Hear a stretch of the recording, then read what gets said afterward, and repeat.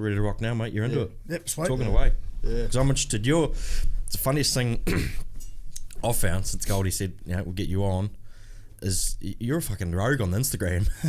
You've got no filter. Like, you've decided, okay, no filter. I'm just going to fucking put up whatever I want to. And if I get you've been pulled at the moment, haven't you? Oh, I get taken off Instagram. I get reported. Pork sword was good. The pork sword this morning. The horse. That's Wasn't he excited about going on that horse, going on a ride? Most of these animal activists are telling us that race horses are bad. The horse that I put up this morning, I tell you what, he looked very, very excited to be going horse racing with his mates because that thing looked like a baseball bat, didn't it? Honestly, but they report you. That chick might have warmed him up though. But she looked very happy too. Yeah. So, but they just report you, and I mean, I've just made the stance that you put things up. And how long do you get banned for? I haven't been banned before. I didn't get banned. All I do is get reported. They Instagram take it off. Someone tells on you. Someone tells on me. But it was on there this Arvo. No, I haven't been reported for this one yet. Ah, right. Which we are hey, don't worry. It might take some time. The dream's over. But I mean, with Instagram for me is a little bit of fun. It's about social media for me is about expressing who you are. I see these so-called influencers that we see on Instagram that got the 100,000 up to 10 million followers. They take themselves serious and they want to take 45 shots just to get that one perfect one. Yeah. That's not what I'm about. I'm about just being a little bit real and having a little bit of fun with it. I mean, authenticity. Yeah, just having a little bit of fun with it, and it's not going to pay my bills ever. Instagram and social media, but I have a little bit of fun with it. And I actually really enjoy the comments that I get from some people. Having a bit of a laugh about it and posting what their friends are going to say about it. That's what gives me a little bit of fun about it. Yeah, it's fun. Fortunately, you're out of it now, out of the sports. Well, you're not being held accountable every day. Yeah, because you couldn't. I don't think you'd be able to do that shit if you're in the NRL, would you? No, we see with that Nelson Solomona. Yeah, he got banned. Holy shit! He got banned for 3 matches. Like, you know what? I'd happily take a ban for 3 months. Three games, get a fine for 15,000 for sticking up for me mate who was in danger for his life. Yeah, he passed the pub test with that. He gets kudos. Like, that's worth the 3 games. And you know what? Do you know what? In the past, we see incidents like that happen in the NRL. Players get crucified. I think the NRL, with taking that stance, is giving Nelson a lot of kudos within the public, and the public is starting to turn towards now the players and they actually see what happens and what's been happening now for a long time. Players get baited all the time. I used to get baited all the time going out, and blokes used to just do that just to. They'd be sitting there with 5 of their mates, 6 of their mates. They'd be on the sauce, and you know what happens? You get full of courage on one of these. He goes, right, I'm going to go bait, Willie Mason or Chris Walker or whatever, and see if I can get a reaction. Yeah. Now with social media, there's that platform of this is what happens, and he's taking a swing at me, but this is a totally different thing. Like, that's a king. It was a king. He should, that guy king. He could have lost his eye too, because that went bloody close. Yeah, went there. He had the nice gash above his lip. Was it a glass though? Well, I don't know the full story, but I know enough to think that if I want to go out on the piss and someone's going to pick on me, I want big. And the worst thing is, he's 10 foot tall. Why would you pick on him? Mate, and why would you pick on Vunivalu, who's probably 6.64 or 6'3", built like a brick shithouse? Yeah. Why would you pick he's on an Islander. him? They probably hit him with something. But is that, probably would have killed most of us. What they hit him with. Well, they would have swung past me. I think the danger too for someone like Nelson is that he's such a big boy and he was sticking up for his mate, but what if he had sort of landed something that had actually hurt the culprit? Did you see? Have you seen that? He was raining down bombs, man, big bombs from a big dude, and it's like Godzilla. Imagine worst case scenario like in Japan. He actually hurts that dude. Like you'd end up feeling sorry for him because it's natural instinct to stick up for your mate like that. Yep. But then something bad happens, worst case scenario, that bloke, Have you seen the gash on the bloke's head? Yeah. No, but have you seen the one not on the head? Nelson? No, Nelson. Oh, no. Have you seen it? Oh my God, it's about brutal. Like it's honestly about that long, and it's about you could probably lose your little pinky in it. From there, from the top of his eye over to his ear, and like people are saying, you know what, mate, you deserve that. Like if you're going to glass someone, like glassing is the word. Yeah. glassing is the worst thing you can do Yeah. in my eyes. Yeah. Like in a fight. Well, particularly from the blind side. That's right. So were they? You're saying you'd get baited back in the day. Is it just been a sort of a common thing for footy players and that, you know, from back when you were playing? That it was a regular thing. Yeah, definitely. I mean, when I first came into first grade, that was back in '98. I had the privilege of having my two brothers play at the Broncos before me, my Toyota brothers. Back then, when I first came in there, the public were pretty good, and especially in Brisbane, because it was a one-team town, everyone loved you. Like, I didn't, like, no matter You what. pay for many drinks? Didn't pay for one. on a good weekend. That's when I get them and run out. But you know, like playing at a one-team town in Brisbane, like everyone sort of gets behind you and they back you. Yeah. Brisbane's good in a way. They're sort of like the Americans. You know, when someone's good at something, the Americans get behind. And there's not really that tall poppy syndrome. But the Australian public, if you're good at something, the first thing they want to do is try and cut you down. But in Brisbane, we didn't really get too bad. When I went to Sydney, you know, I started dating Kate Ritchie, and you know, they had that thing over me where they, you know, it was an easy bait. And they used to do it all the time. Yeah. 2004 when the Bulldogs got done. So when's mobile phones is about? 2007. 2007, 8. Yeah. Right? Maybe. With the mobile phones with the cameras. That fucked everything up. Yeah. Well, maybe 2010, a little later. Well, when did Twitter start? I think Twitter started in 07? 07? I don't know. Yeah. So that sort of set the platform for, you know, the good thing about social media, especially with players, they can use it as a good platform too, because back in the day, if you had a bad game, you know, you'd wake up in the morning, papers would hammer you. You couldn't have a response. Like, you couldn't respond. You'd have to sit there and read the paper and go, right, I had a bad game. I know I had a bad game. Thanks for telling 300,000, 400,000 people who are going to read the paper that I had a bad game. Because paper was the best way to get it out too. Like, that was the be all end all. That was you know, and as a player, you couldn't rectify. You couldn't have a shot back at the journo. Now some of the players are realising, you know, those guys got 70,000, 100,000 followers. The good players in the game, I think JT, he's probably got the most. He's got about 350. Like that sort of platform now can launch, you know, bigger than a Daily Telegraph or a Australian or a Courier Mail, because not many people read that. Yeah, well, he could go on. He just do a little 1 minute clip. He could do a 1 minute so, clip. Hey, look, Listen, this didn't crowd, work out. Blah blah blah. Where the journos, they've got to go. Okay, we can't hammer them, and then the journos are turned too. Like, there's a lot of good journos, a lot of fucking arsehole journos too. But in my dealings with a lot of journos, they were generally pretty good with me. There are a couple there that tried to crucify me. Which is fair enough. It comes with the territory. They get a fair bit of airtime these days, journos, don't they? You know, like on Fox Sports or wherever else. So they've got a bit of a platform for their own, for themselves. Do you reckon there's a bit of ego there? Oh, definitely. I think there's a. Well, they're popular. Yeah, they're known. They're more well known, because it used to just be a name at the bottom of an article. That's right. They got a face to the name. Yeah, now it's a face. Like Paul Ken, I don't mind Kenny. I get along really well with Benny Eichen. I think their show. Yeah.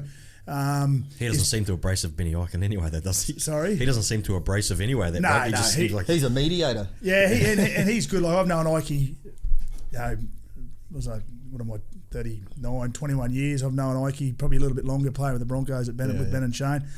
And then I think, you know, the NRL 360 at the moment's got a lot of credit for what they talk about in rugby league, which includes a lot of journos and past players. And I find that the past players, because they're there with the journos sort of don't want to step out of their line too much. Otherwise, the past players will bring them back, like we do. Like we were just talking about with Nelson. I see Braithen Astor's come out there and backed him 100%, which is for me as a past player. I love seeing that shit.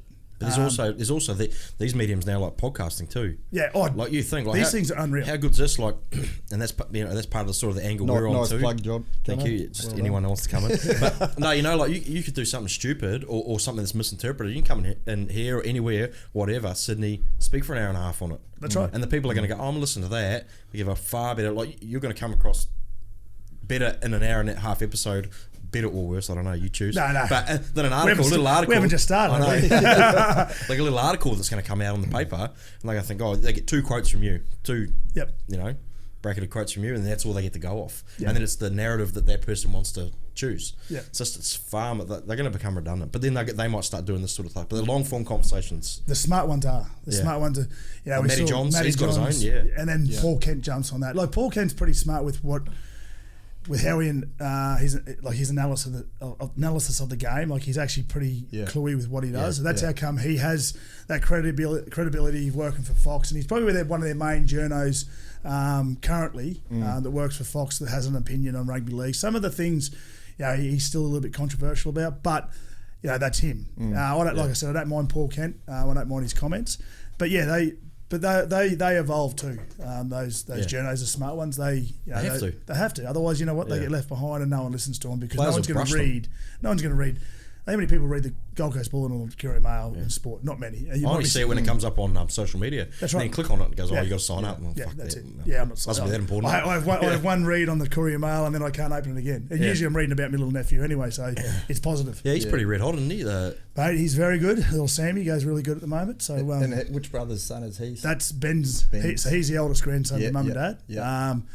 He's a freak. He's Roosters are signed. So on the richest deal for a 16-year-old kid in the history of the league, which is so he just turned 17 4 months ago. The new rule with the NRL, you've got to be 18 to play NRL. So you can't be 17 or 16 like Adam Ritsons and the guys who Owen Craigies that all played first grade at a young age. You've got to be 18. So he's not registered, or he's not available for the Roosters until I think June, July next year when he turns 18. Yeah, okay. But what the Roosters have done, if you're not in the top 30, you can't play NRL, which is don't get me started on that rule, which is a fuck rule because I reckon it's a restriction of trade because when you're playing NRL, the other teams see you, but if you're not in the top 30, you can't play. So you're in reserve grade for the full year and you're going to go out there and bust your ass in reserve grade. But if you're killing it in reserve grade, they still can't call you up. So what they've done, they've left 29 spots. They've left one spot for when he does turn 18. They'll just chuck him straight in there. So he's that won't be till next year. Oh no, it'll be midway through next year. Yeah, that he turns 18. That's a gamble. That's a gamble, isn't it? Yeah, it is a gamble, but I mean he is so good. It's not a gamble because he's so good. Yeah. He does things. It's really interesting to watch him play football in the grandstands because you just watch him and he does he sees things 2 or 3 plays ahead of what me and Ben and Shane will see watching play. Like Shane was second oldest brother. He's a really astute brain. Same with Ben too. They're both very good and successful coaches.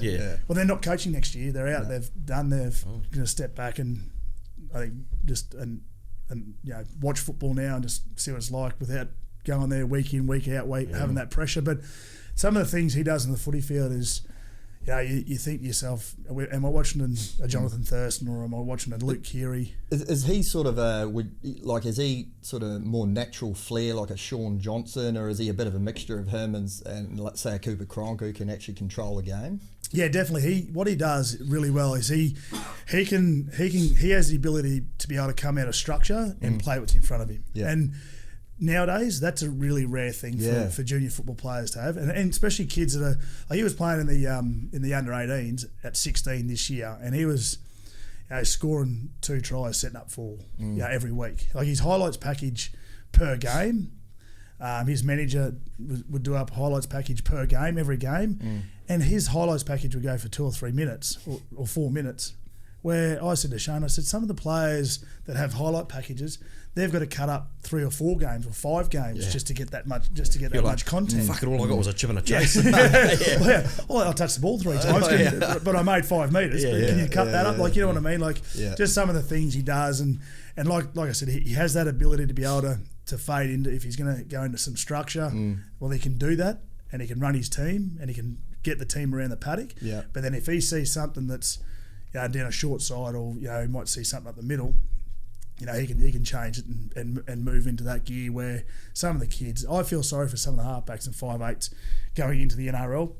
They've been some of the coaches. It's like they become school teachers where they coach rugby league out of the players. It's because it's so structured. And because it's so structured. Did you ever play under Craig Bellamy? Yeah, I had 1 year. Storm, 2006, and then about 5 weeks to go, I got sacked. So this might be a touchy subject. No, it's not a touchy subject. I played for 6 clubs and got sacked from 3 of them. So Yeah. yeah. Oh, that's a good record. Yeah, it's a good record. Yeah. I was All in just the NRL, testing. I know. Yeah, in the NRL. So I left Broncos.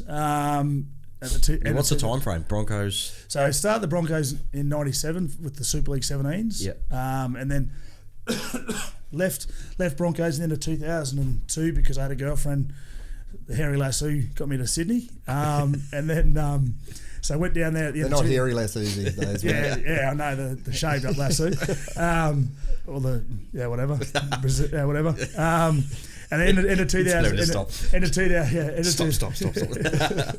end of 2002, moved down to went and played for South, and that's when South came back into the comp. That was the second year they were back. So they came back in 2002. I left Broncos at the end of 2002, went down there, and if I had my time again at South, I probably would have stayed there, but in my contract they gave me things and promised me things and it didn't work out, and promised me the world and gave me an Atlas, and even to the point where they'd pay for my car and my car got repossessed, and as a first grade footballer in Sydney, they had a thing called Sydney Confidential in the Daily Telegraph. Anything you do, any fuck ups you'd have, it would go in there, and then one of the comments was which current NRL player had his car. Meanwhile, my silver Monaro is just cruising straight past me on the back of a tow truck. Did you cut it out? No. There was a bloke up here in Queensland. Every newspaper article I had, he used to cut out, and it was good. Oh, he was nice to have, but there Stalker. was some, Ultimate fan. How did you find out about him? Oh, don't worry. Yeah. It's a long story. Got all my undies, got everything off the line. Sniffing, wearing them on my head. We had selfies now with, so then I went down to South, and then that was the start of 2003, and then I walked out on them just because I had troubles with management and senior management, and they just weren't coming to the party. A lot of people thought that I just walked out because we're sitting down at the bottom end of the table, but there are a lot of things. Like I was getting death threats from South fans about the way I was playing, but that didn't contribute to me leaving. That must suck, because you get these. You've got your reasons for walking out, but they're not going to get. Again, you don't get the ability to voice those. You can't be like, I walked out because this, and this, and everyone would have said, I understand. Yep. But no, they get and you work and you clacker off in training. That's right. They don't see that day to day. Right. And like you said, I don't get to reply to a newspaper article about what was said. Sorry. Actually, the first death threat I got, I'm a country fella from Toowoomba. I haven't had one yet. Have you had one? Yeah. I had about wife after every bender. Just not including wives. Actually, that was the first 7, and the next 1,000 was from Courtney after me coming home after a 3-day bender. Going out Friday, coming home Monday morning. So South was your first death threat? Yeah, I had death threats at South, and I remember the first time I got a death threat. And I'm a country kid from Toowoomba. Football to me was enjoyment. Not taking it too serious, but having a lot of fun with your mates. And also getting a good earn out of it. And also, I used to love going to QE2 or ANZ Stadium where we played at Broncos. There'd be 40,000 there, no less than 30,000 because we had a good backing there because we were winning games. Went to South, totally different setup down there, really unprofessional because I'd just come back into the comp. We're training. Was Fletch was the captain? Was he the captain? Fletch was there, which he was our fearless leader. You see the Fletcher of today. Why didn't I follow that bloke? But you know what? Fletcher today is the exact same Fletcher of yesterday. It makes you, like, seriously, if I was playing, I'd want a guy like that to be my captain. Oh, yeah. Wow. Well, that's the thing. Like, seriously, Like, he is... how much fun? He looks like a unit. He is possibly... I love Fletch. Just loose. Like a lovable rogue, eh? Like he doesn't seem to be... Doesn't care. Takes himself seriously or anything like that. And does not care. Couldn't care. And you know what? Like, for me, that's how I go about my business. I couldn't care what anyone But he's made says. a career out of not caring. Yeah. And the thing is, he's made a career out of being a rogue and a lovable rogue, like you said. Like he's hilarious. He's one-liners, and you know what? They're not scripted. That's just him. Off the cuff. That's off the cuff all the time. Because he's got no He's got no filter. footy show, but he's got no. Well, I suppose he does have a footy mind, footy brain that he could probably call on if he needed to. Oh yeah, definitely. But they never go to him for like. Well, see, the thing is, he just sits there and grins the whole time, waits for something stupid to say. That's right. The same thing with Brett Finch. Brett Finch is another one. His football IQ, apart from doing a. He's a good mate of mine. He was the MC at my wedding, so I can say this. But apart from him doing a podcast where he was very tired, let's just say his newborn was keeping him up. Yeah. So that's where we'll leave it at that. I've been told his newborn kept him up, so he's very tired. Wasn't thinking straight, which it's always happens with newborns. Yeah, absolutely. You can take it out of you. But the first getting back to the my first death threat. Had a really good relationship with Wayne Bennett. He's sort of my mentor, along with my dad, who also played top-line football. If anything I need to go to about rugby league, whether I was playing for the Broncos and playing under Wayne's guidance, even now I talk to Wayne, not as much as what I used to, but I rang him and I said, "Oh, listen, Wayne, mate, I don't know what's going on here." He goes, "What's going on?" I said, "Oh, mate, I've just received a death threat." He goes, "Well, what do you mean?" I said, "Oh, mate, I just received this letter," and I read it out to him, and there were some pretty descriptive things what they were going to do to me, and I was like, "Wow, this is like news to me." I was like, "Seriously, some people can't be that like hung up about rugby league or hung up about football where they're going to sit down and write a letter or put a letter together and say that." He goes, "Listen, Chris," he said, "whatever you do," he said, "mate, just out of my experience," he said that if a person's going to kill you, they're not going to write a letter and tell you they're going to kill you." Yeah. He said they're just going to sneak up and they're going to kill you. Yeah. He said, so block it out. But there was one time where I think we might have even been playing South, because I left South and went to the Roosters. Now, me being from Queensland, big rivalry too. But I never knew about the rivalry. I didn't know, because like I said, everything for me when I was growing up was Broncos, Queensland Rugby League. Sydney clubs couldn't care less. Yeah. Anyway, so... Mate, there was one there where this guy said, "I'm going to the game this weekend. You're dead. I'm going to fuck you up. I'm going to shoot you on the field." And I'm like, wow.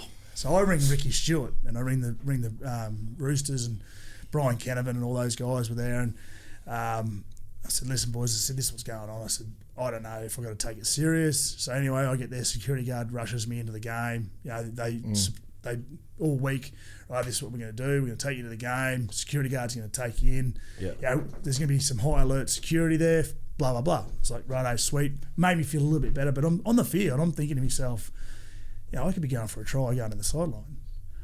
Sorry, you go. Is that all? Is that going? The AC, that's what I'm just thinking. It's fucking feels hot as fuck. Got the muscles on now. Hey, shall we sneak this in quickly? Shit, yeah. Hey. Cheers, boys. Hey, this is the thrifty version. Straight from Slovenia, boys. The hills of Slovenia. Actually, before you do it, can you take a photo? Do it for the gram, boys. I'll do it for the gram. Do it for the gram. Yeah. You don't have a horse dick. Careful, mate. That'll burn through the superimposed onto my body after this. Can't do this on Fox Sports. Yeah, do you want a video or a photo? Just a video. Here we go, boys. 70% proof. Yeah, bro. Up ya. Holy shit. Oh. Hopefully there's no RBTs in the way home. I've become accustomed to that. I just spent 2 weeks in Slovenia with the missus' family, and believe it or not, they drink that shit in the morning. Do they? Yeah. You're right. That could oh shit. That's cleared up everything. That's sniffly nose early on, but now I'm good to go. Don't get a sniffly nose. Oh shit. That's it. Back to death threats. I think he's going to get some AC going. But it just shows how seriously people take their footy. Like if they're going to write to you, and they must be so new. And also, what's your mindset in a game like that where you're thinking, some bloke's in the crowd? What's he got? What's he snuck in there? Is he? Well, that's the thing. Is Jason Bourne here? That's the thing. I mean, that was after 2001 with all the. Holy! I'm not going to Slovenia. I know that. Otherwise, my white spirits don't agree with me. Either do my brown spirits, my dark spirits. Either does me beer. But anyway, that's okay. Yeah, we're talking about me getting sacked from a couple of clubs. This is why. The brown bubble. The brown. Just a sidetrack. I was thinking about that. I heard you got sacked from a club because of that. Yep. Now, do you go? Is that like a saving face a little bit? Like if you just love going out and having a beer, Yep. there's a difference between being an alcoholic that needs to go to rehab, Yep. and Well, just I've been someone to who rehab. likes a beer. I went to rehab for But 3 weeks. Is it was that a? What's the word I'm trying not to? Was that like a little bit of a save face? Like, oh fuck, you got to go to rehab That was a because career saver. Yeah. I had to do it. I had to do it because you just love the beer. You weren't. You like, but you also training hard. You also Yeah. playing footy. But Yep. they said, hey, you got to go for 3 weeks, or you might as well not come back. That's right. So you and had that's to go This is what happened. because Mitchell Pearce, he was on the booze and did that stuff with With the dog. Though. did something stupid, and it's only because it was filmed. He had to go to rehab and thought the good bloke just likes a beer. That's right. And you know what? And not that everyone's got a dog and pretended to hump it. Like, when I don't do it I'll tell you. Yeah, I've stopped that practice. But I'll tell you when I saw it on Facebook, because that was when I first saw the Mitchell Pearce incident, and it said something like the headline was something like disgraceful act with dog, Mitchell Pearce, Yeah. whatever it was. And before I opened it, I thought to myself, holy fuck, he's fucked a dog. Honestly, Yeah, and yeah. this Joel is Monahan version 2. yeah, but at the other end. Yeah, and yeah. I thought to myself, and like, because I know Piercy pretty well, and I was like, no, please don't tell me. But then I saw the video, and it was a G up and it was mucked out. Yeah. Not that I'm not saying that that's what everyone does when they get on the piss, but I've seen people do a lot worse. Oh yeah, you go out in the middle of surfers, you probably see worse. But that's the thing. Like when I got done, had to go to rehab. This is what happened. I signed a contract with the Titans. This is in 2006. I was playing in Melbourne, got sacked from Melbourne, so I was seen as the bad boy of rugby league because I'd had a lot of incidents. Who else had that sort of reputation at the time? Like me, Mace, Toddy Carney, all those boys. But they're lovable rogues too. Like they don't. It's not like we went out there and raped a girl or bashed a girl or bashed a bloke or did anything. Like you're a real sack of shit or anything. We get pissed. Like I said, been locked up 5 times overnight. One was for fight and one was for urinating in the street. A couple of fighting and whatnot. What you see back in the day before they Everyone's got a mate that's happened to or happened to themselves. Or happened to themselves. Exactly. It's not like you abuse a woman or which is the lowest of low. You don't do that. I sort of had that reputation. But in 2006, I was going to come back and get back to the story about me going to rehab.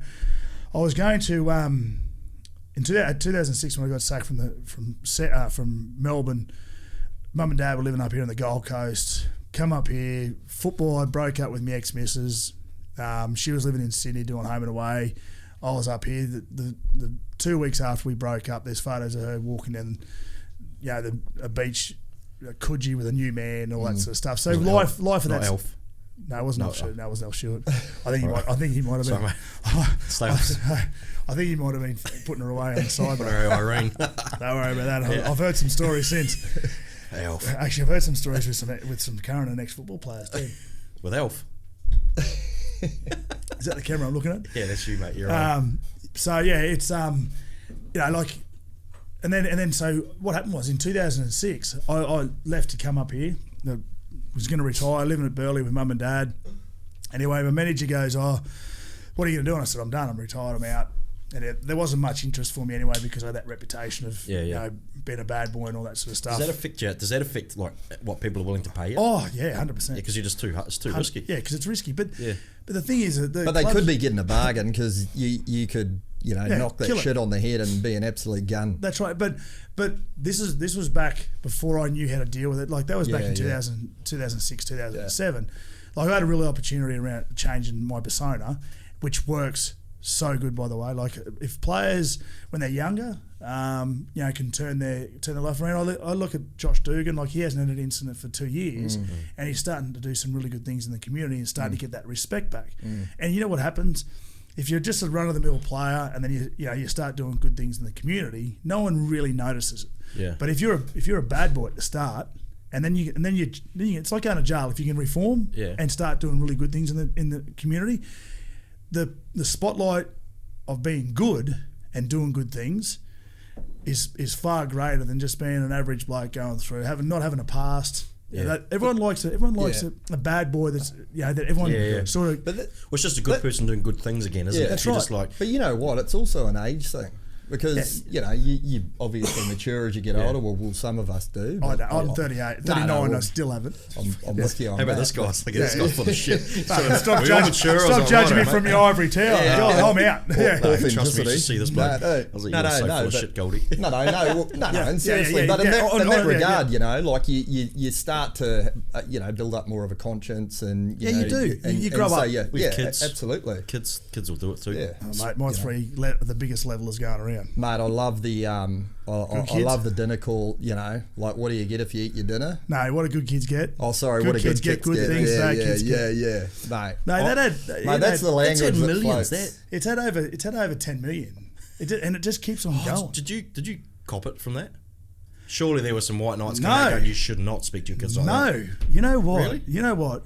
I went through, so my page, on my Facebook page, when I first put it up, this is what happened. Like I usually get, if I put something up on Facebook, just not Instagram, just Yeah. Facebook, I'll get, I might get, 2,000 views, or I might get 15,000 Yeah. views. Like that's generally where I sit.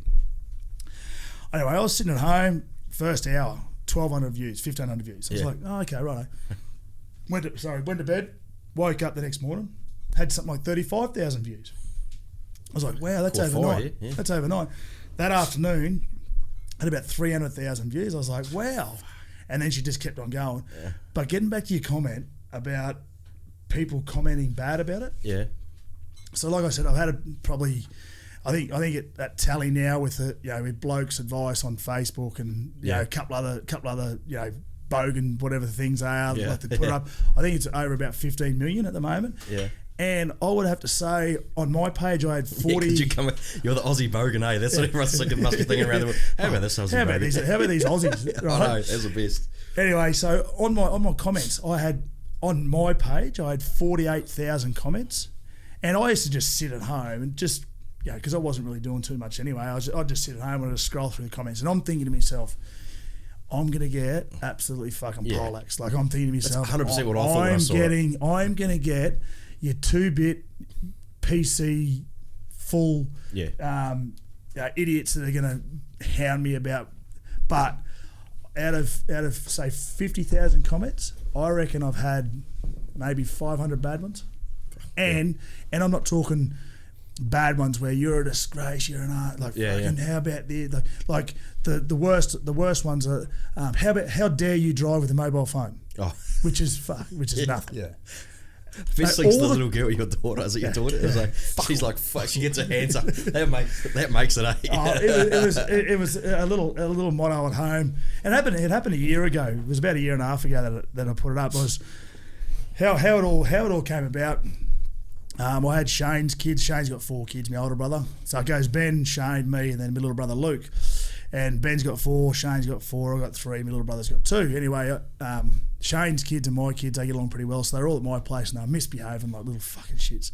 And they're all the same. They just like once they get together, it's awesome. Just roll you up, and it's just they just go at a million, which I love. Like I'd rather have kids like that than dead shit kids sitting around doing nothing. Yeah. And I said, righto, kids, stop misbehaving. Anyway, they kept on going. I said, righto, everyone sit down. I said, good kids get good things, bad kids get fuck all, like this. And with that, Shane's kids were pissing themselves laughing, and they were staying at Mum and Dad's place in Burleigh.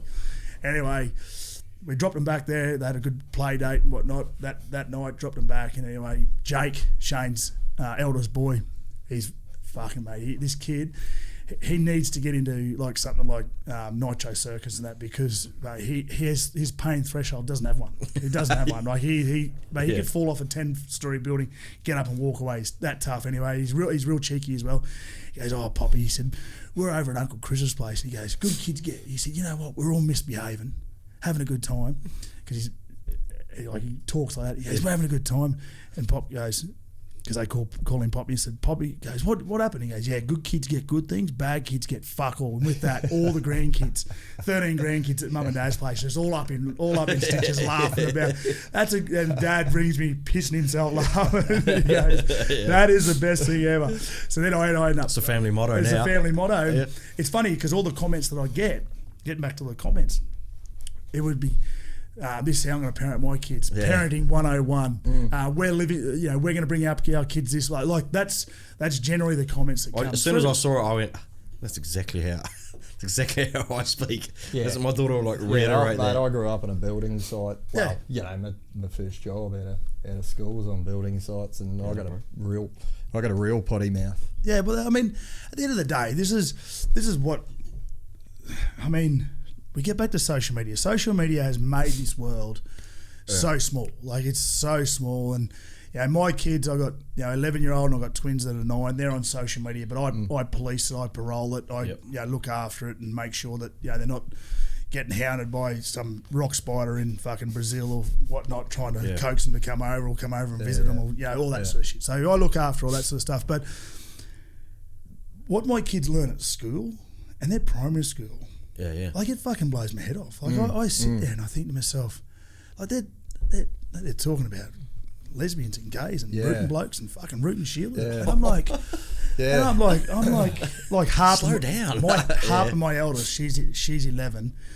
Honestly, it's like talking to.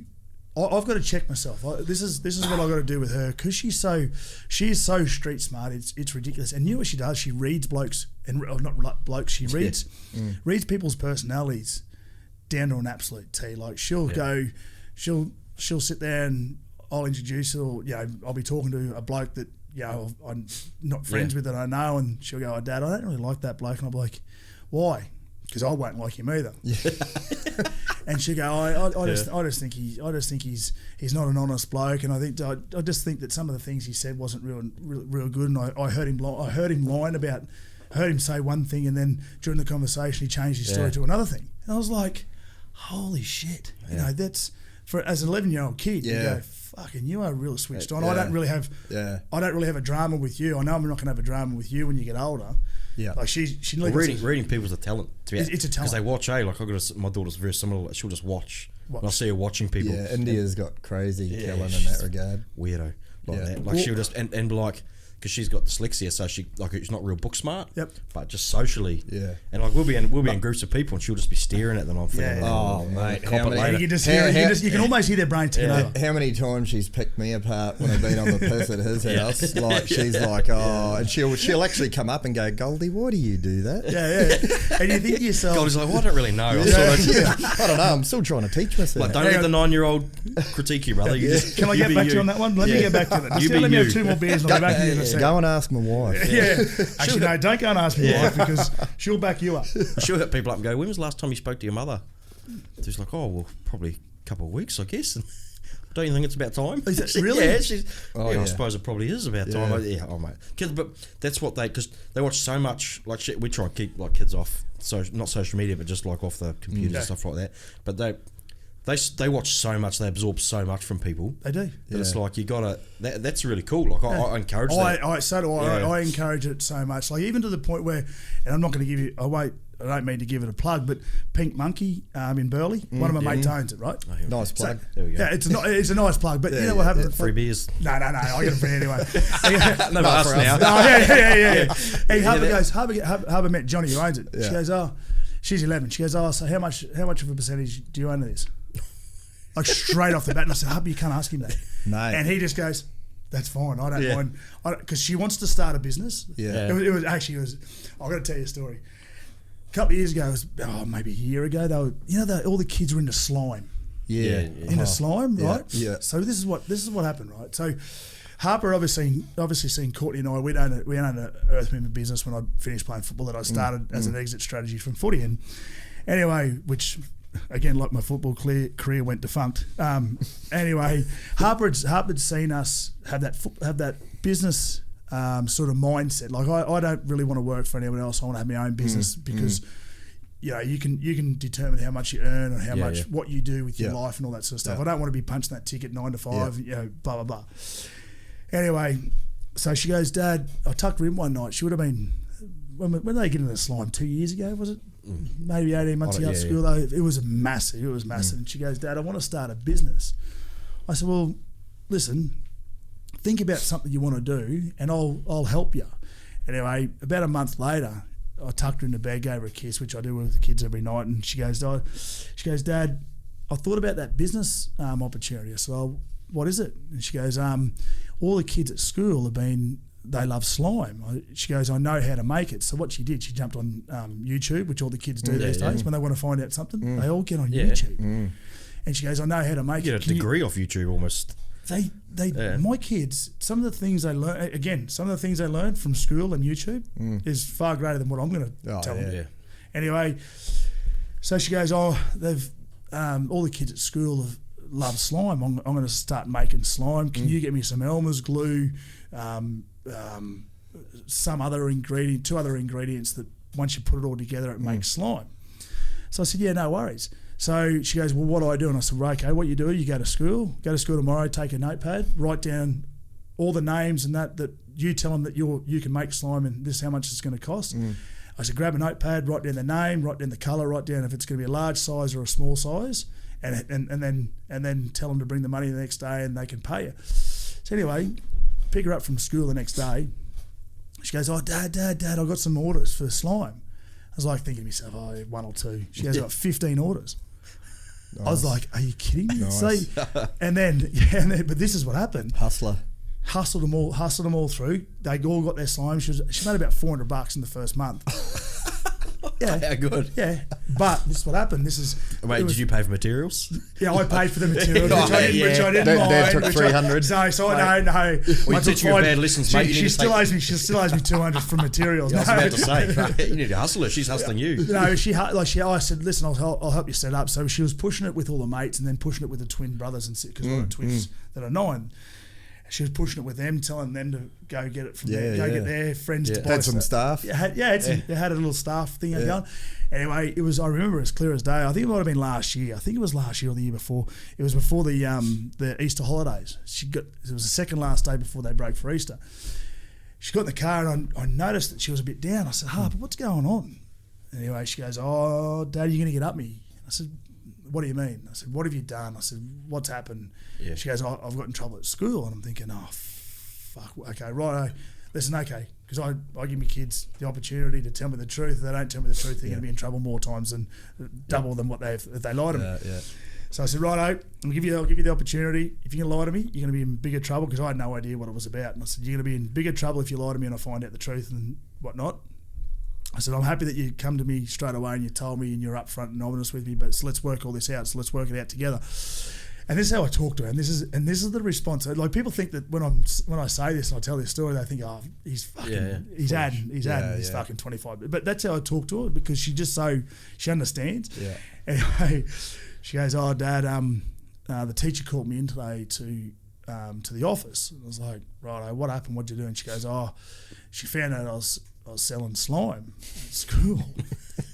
And she goes, I'm in trouble. I said, well, listen, let me deal with it. And she goes, oh, that means I can't sell slime. I said, no, bullshit. Just keep on selling your slime, but when you sell it to people, make sure you tell them to put it in their bag and tell no one where you got it from. I said, you go on black market now. I said, don't worry, you get a good income coming in. So listen, don't stop that steady stream. She's forced us underground. Yeah, she's forced it. That's what I said. That's exactly. She's on the dark web now. But that's like our kids, and like you said, I get so proud of my kids. Even with just little things. And, getting back to. When you become a little bit older, you become a little bit, more conscious and responsible. And when you have kids, obviously that doubles up. But did they, like your kids, are they aware of your career you had? I mean, it's pretty decorated, mate. 6 Origins, and you played. You're a star of the NRL. Mate, Harper is my oldest, and she feeds off it at school too. You should get a highlight reel. I have. Hey kids, sit down. We got a very important movie night tonight. I show them every Friday night. Goes for about 7 minutes. No, actually, sit down. We got to watch the highlight reel. My manager, he actually got a highlight reel because that's how they used to sell you the clubs. There's only, I don't even know. I don't check, but there's Dad comes home drunk. Is he going to put it on his highlight reel, Mum? Not again. God, he's drunk every night. That's like me. Every time I'm on the piss, they get home. Throw the old Fight Like a Pro video on. Kids look at Dad. Hey, how'd you find it? Yeah, it was good. Good experience. I I don't know. There was just something at the time where I just felt like I needed to get competitive again or do something, you know. And because your brother did it, eh? Yeah, Luke. Luke, he did it the one before me. Oh, did he? Yeah. It was a good fight, actually. They I watched the video. They punched piss out of each other. Yeah. Well, mate, it was Haymaker Central, basically. Yeah, it was, yeah. You know, there wasn't a lot of technique once we stepped that training and then it... Yeah, and then once you get in the ring, because I had my first because professional you're fight boxing. 4 weeks ago. It was awesome. I loved it. And the thing is, I'm training with I'll give another plug, but I'm training with Angelo Hyder, which was Denny Green's trainer, Victor Dutch. Like, he's a Hall of Famer trainer. Like, he is so mate, good. I wanted to ask you about that because I've seen the photos and that, and, you know, like, what made you, what flicked the switch and said, you know what, I want to have a professional fight, you know? Like, was it the competitive nature, you know, that's built within, or...? No, well, a couple of years ago, I was doing a show with Willie Mason, and me and Mason are pretty close, and, you know, what we did, and, I mean... It all turned to shit because the bloke who was producing it was a con man, and he was con man and using Willie and I's name and just raping people, and Willie and I found out, and we don't stand for that shit. Like, that's must not use Chris's name. We have a special guest, but we can't name who it is. Yeah, and so he and how it all happened, and like I'll go out and do some things like. It was a TV show, was it? Or? Yeah, is it like we're shooting pilots for TV shows? Oh, really? So like I'll go ride a bull. Bull ride. Yeah. You know, I've never bull rided. I'm from the country. I've never done it before, but I've always wanted to do it. Yeah. I know the boys from Nitro Circus went down to their compound, did backflips on the motorbike and all that sort of shit. Like, just stuff like that. And I thought to myself, you know what else I haven't done? The next thing I'm doing is skydiving. I want to go skydiving. Yeah. And I want to go skydiving by myself. So just jumping out of a plane. Yeah. And then I thought to myself, you know what? And it's not like, you know, I want to be the next ex-football player turn boxer. I just want to do it because I've never taken myself out of that comfort zone to do it. Yeah. Much like yourself. Yeah. Just give yourself that challenge. I started training. I didn't really like doing boxing when I was playing football. We used to do boxing and all that sort of stuff, and I hated it. I couldn't get in the ring. There was a couple of times where you know playing for clubs, you'd pre-season training, you'd get in and you'd fight one of your teammates. And for me, doesn't interest me. But I love boxing. Yeah. Anyway, I teamed up with Michael Katsitas, ex-Toowoomba boy, fought all over the world. Probably one of the best boxers to ever come out of Australia. I went to school with him, and he just said, "Listen, do you want to come train with me?" I said, "Yeah, no worries." He was awesome. Like Mick, talking about a person with a troubled past, and he fought like, I'm talking the best fighters. Except for the only fighters in his weight division he didn't fight was Pacquiao and Mayweather. Like he fought Marquez. Yeah. Marquez obviously knocked Pacquiao out cold. Like and he knocked Marquez out in the second round. Marquez got up, did the 78 count or 10 count. Yeah. Went on to beat Mick with a TKO in the 10th round. Fought in Vegas. Fought in LA. Fought. Done it all. Yeah. Done it all. So. Listening to him and getting tips on how to actually, you know, hold your hands, where you got to be, how your footwork has got to be, you know, all that sort of stuff. Like when he talked, it was like me, you know, listening to a Wayne Bennett as a 15-year-old kid. Like I was just sitting there and everything that he said, every word that came out of his mouth, I just hooked onto. And it's different too. Like you say, you step out of your comfort zone, so you're actually learning something new. If you'd gone back and it was footy again, you would have known what the coach was saying, but it was new. Yeah, that's boxing. Right. So you're learning again, so you are attentive. So and you know you're going to get in the ring at some point and someone's going to try and belt the shit out of you, so you got to listen. And that's the thing, like I knew at some stage I was going to get in the ring and have a fight. And, you know, I went through and progressed pretty quickly with, you know, my technique and all that sort of stuff. And then obviously, you know, Mick... he couldn't come down and train me, and I was training with Dean Morris, an ex-pro surfer, Dingo. Dingo, champion bloke, mate, he's a legend. Yeah. He's an awesome dude. We got to get him on here. Oh, you do, because his lifestyle and the people he knows. Like, anyway, another story. So so Dingo loved his boxing as well, so I got him in to train with Mick. He obviously knew who Mick was, watched his career all the way through. So, you know, Dingo and I, everything that Mick would say, we were just listening to. Like I said, Mick couldn't train us anymore. And then Dingo was mates with Denny Green. They're mates. Anyway, Denny Green goes, right, I know that you've been doing some training, been watching all your progress and all that sort of stuff. He said, go down and start training with Angelo Hyder down at Kingscliff. Angelo Hyder used to train Denny, mate. Angelo is. I love him. He, mate, as a trainer and the way he talks to his boxers, he can be direct, but then he can also take the piss out of them, which is a sign of a good coach. Yeah. But then also still has the respect of the he could be really disrespectful to a. He does it to me. He gives me a hard time about the way I train and all that sort of stuff. But I love it because it's in a jovial mood, but it also, that when he does it to you, you think to yourself, fuck, I know he was joking. Yeah. But there's something behind it. There's something behind it. Yeah. Anyway, so Dingo introduced me to him because he started training. Then I fell away from the box, and then I knew I was boxing. Then Dingo ended up having he just ended up having an amateur fight. I saw some social media footage of that. And you know what happened before that, mate? Dingo was fighting on the Saturday night.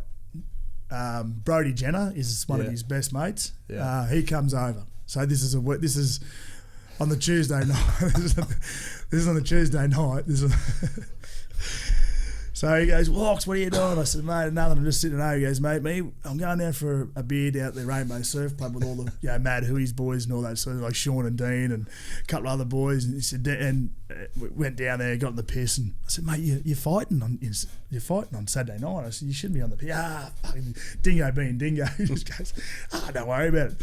Anyway, we end up finishing up on Wednesday afternoon from going at the Tuesday. There's me, him, and Brody on the piss all Tuesday night. Brody goes home, me and Dingo just keep on going. I said, mate, you realise you're fighting on Saturday? No, don't worry. Anyway, he goes out there and loses. Even to this day, that was like 2 years ago. Yeah. Angelo Hyder still giving him a hard time about having a 2-day bender, 3 days out from his fight. Good warm up. Yeah, it was a good warm up. But yeah, that's how it all started. And then Angelo just said, mate, you're moving good. He said, I'm not going to chuck you in there with, Joe Apateo, whatever his name, Joe Apateo. He's the cruiserweight champion of Australia. He said, I'm not going to chuck you in there with him. He said, I'll chuck you in with a guy that, is a good opponent. He's had a couple of professional fights. He's actually a really good lad too, the bloke I fought. He's a nice guy. And, it's just a good experience. Like, I just took myself out of the comfort zone. Anyway, another story. I had the night of the fight, my missus goes, I'm not going there to watch your fight. She goes, I'm getting on the piss with my girlfriends at home and that. And I said, right, well, all the boys who are going to the boxing, they're going to come over and have a few beers. I didn't have a few beers. Anyway, my 11-year-old daughter, as we're walking out, and I'm nervous. No, this is a totally different thing than what I'd usually do on a Saturday night. Yeah. And I'm walking out, give Courtney a kiss, see you later. If I die, I love you. Whatever. And Harper goes, my little 11-year-old, she goes, Dad, best luck tonight. She goes, but I reckon you're going to get towed up. That's what she said to me as I was walking out. I was like, are you fucking... What a boost. I was thinking to myself.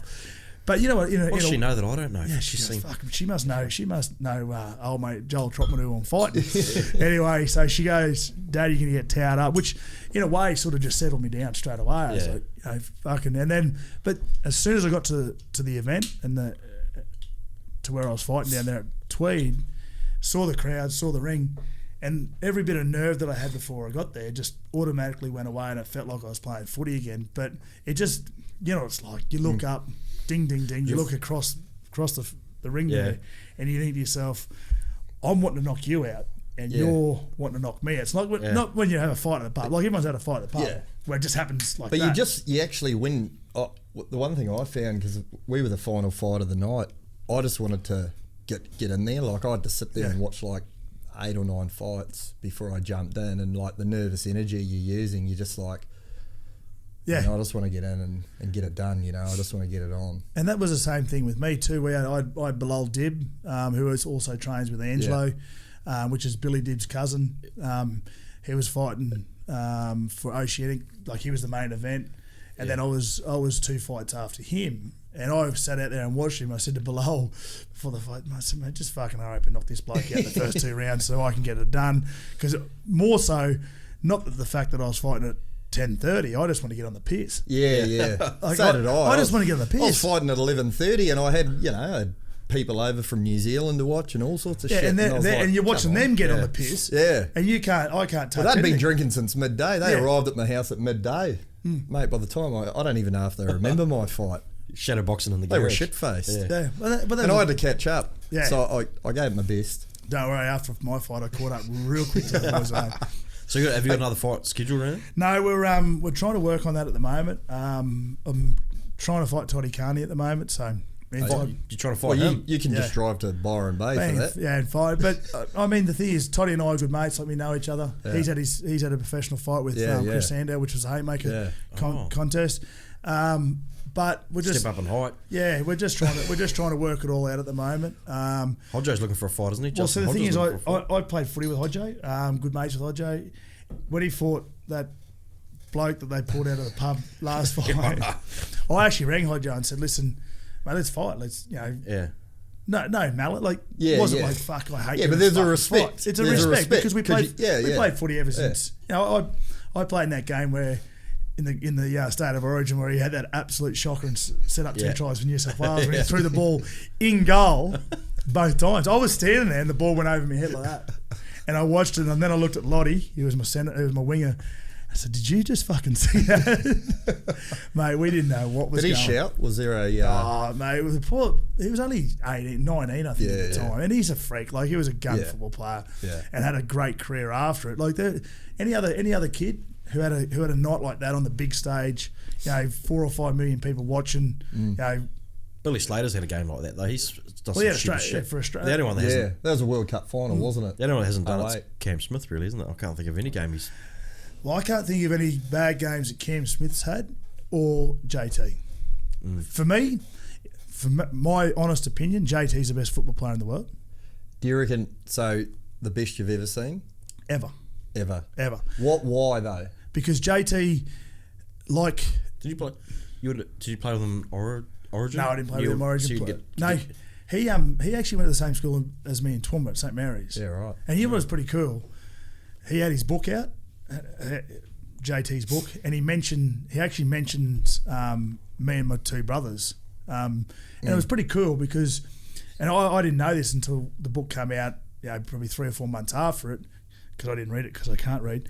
He's like he said, which is so cool because he said, as a young fella coming from Toowoomba, you never thought that you could make it. Like, you never thought that a talent scout would find you out in the bush.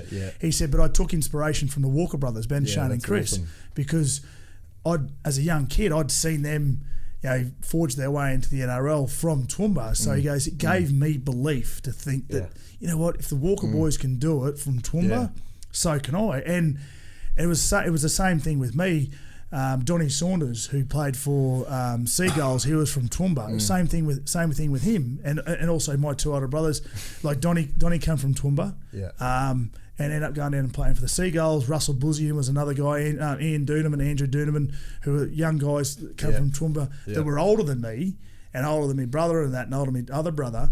They all played NRL. Peter Gill was another guy where I could relate. I could relate to all that sort of stuff.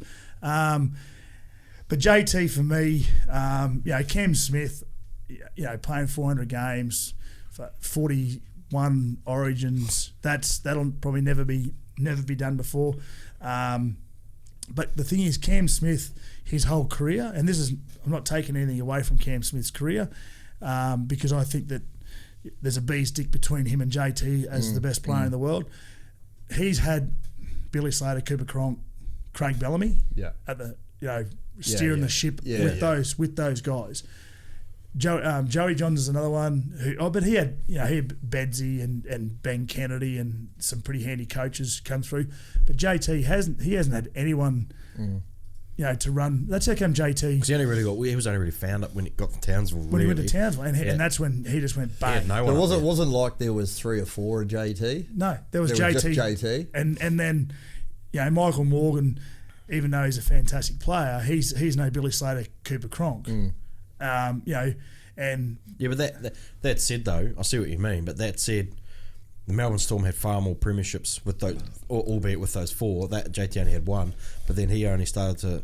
If you talk about Origin in Australia, he got those 4 back.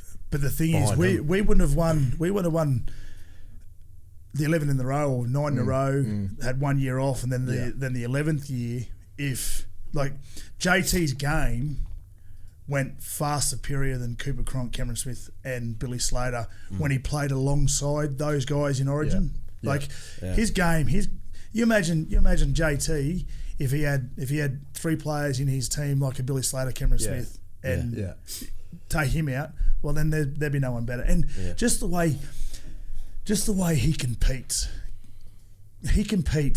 on every play. He's a beast. And a lot of people give him a bit of shit about his defence, but there's been some... Oh, he's a pretty good defender as well. No, but I mean also his cover defence. Like sometimes he gets himself into those positions where he's one-on-one, with a winger or something like that. And he generally makes the right spot. Yeah. Even when, they make an intercept from the other side of the field. Or there's a long distance try from the other side and JT's on this side. Yeah. I used to do it all the time. I'd see him go from there and I go, you know what, there's no chance of me catching, they're going to score. But if I took off, I'd make him score in the corner, give the goal kicker a harder opportunity than kicking it from right in front. Yeah. That's what JT used to do. He used to try his ass off, make him try and score as far out as it could, make the goal scorer or the goal kicker kick from a difficult position, and that's his trait. But it makes a difference in big games too, because 2 points, like how many Origins have been won by 2 points?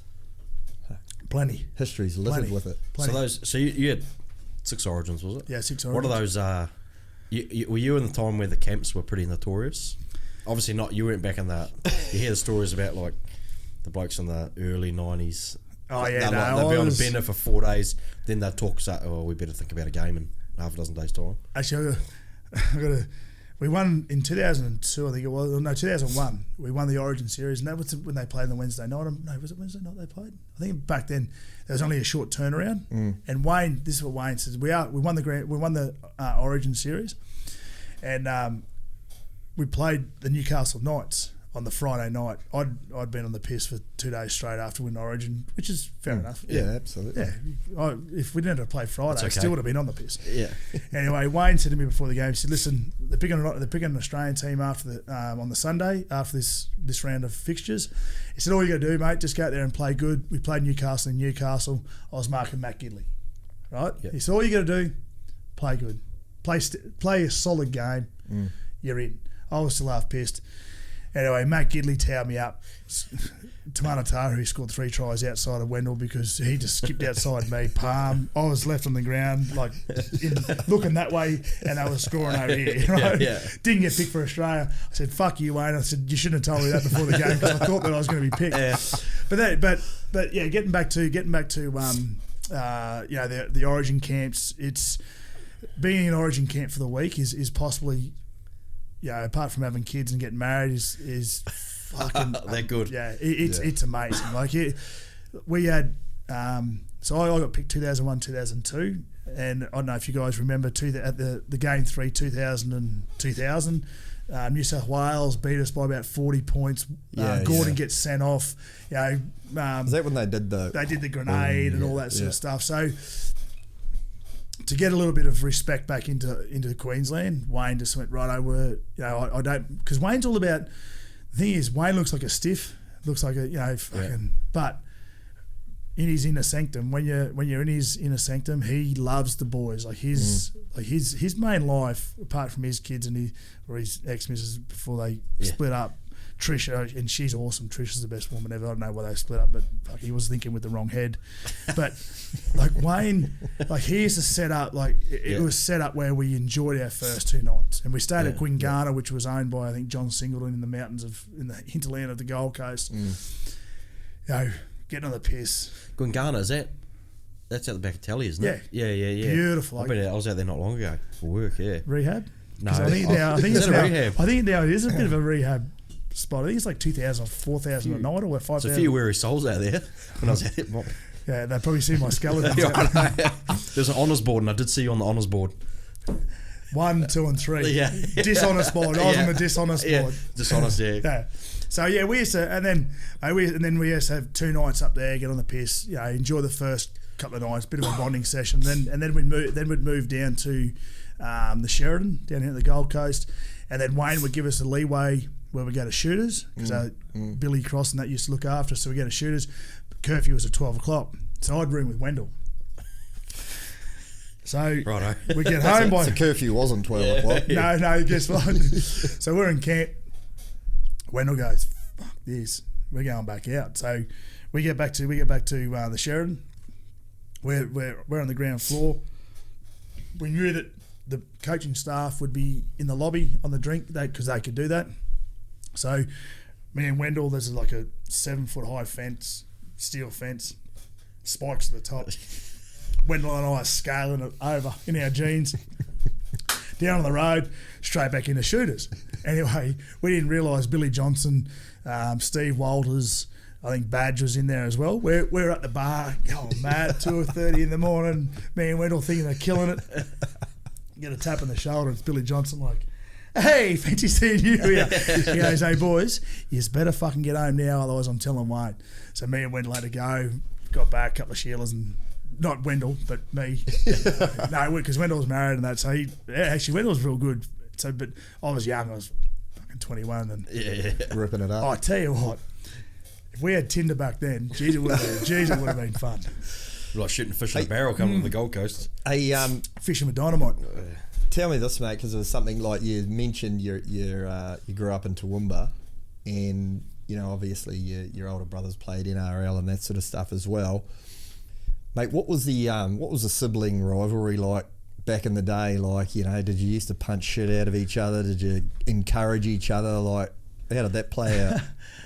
I get asked about this question all the time. We had everything. We honestly did. We grew up outside of Toowoomba. We had a bit of acreage. We had horses. The motorbike sort of things. We grew up without a TV for 12 years. So we never had a TV in our house, which was perfect. I'd believe that if you were 65, but no, it was perfect. Like it was honestly, it was the best childhood that you could ever have, because what we'd do, and because we had a bit of acreage, and mate, we're a loud family, and the closeness that I've got with my brothers and obviously my mum and dad is ridiculous. When I got married, Dad was my best man, and my three brothers were my bridal party, right? So we grew up as a really tight family, and we still are. And during the winter months, sun goes down 4:30, 4:45.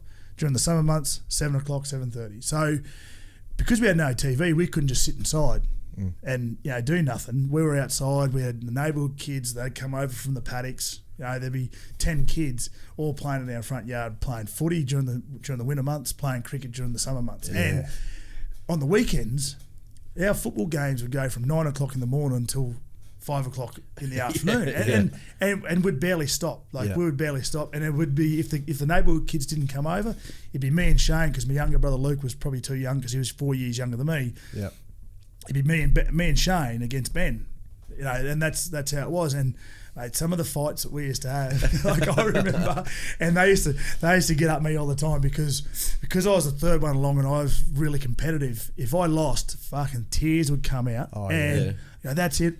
And the joke to this day, even today, was, here comes Chris. He's going home for another drink of milk, because I love my milk. I drink 3 litres a day, and I think that just come from me just being such a sook about losing or getting belted. Yeah. I remember in cricket, I'd get out and I'd throw the bat. Oh mate, you were that good. My brother was 4 years older than me, and he used to, he'd give me a chance to begin with, and then he'd put the foot down, and inevitably I'd end up throwing the fucking bat at him or something like that. It'd be like, how's that? I'd be out, and then I'd be like that. Then they'd just be covering up, and then you just see a bat just cruise.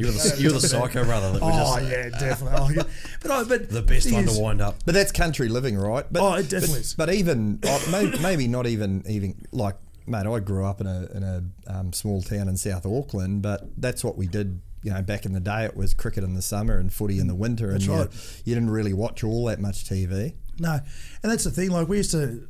When we like nowadays, I've actually got to smack me kids to go outside. And sorry, it's docs. I do smack me kids because I'm not. I've got to smack my kids to go outside. I've got to get up my kids to go outside. We got 3 TVs at home. I said to my missus, this is all wrong, because when I grew up, I never had a TV to rely on the idiot box and sit there, even though my kids are good kids, where my mum and dad, if we didn't come inside, they used to have a jug cord. Remember the old jug cords? Oh, mate, my old lady used to whip the shit out of me. Remember the old jug cords to go in the wall and then go into the jug, but you could pull it out at the jug and you could pull it out the wall, and it was about that long, and when you wrap it around, it's about that long.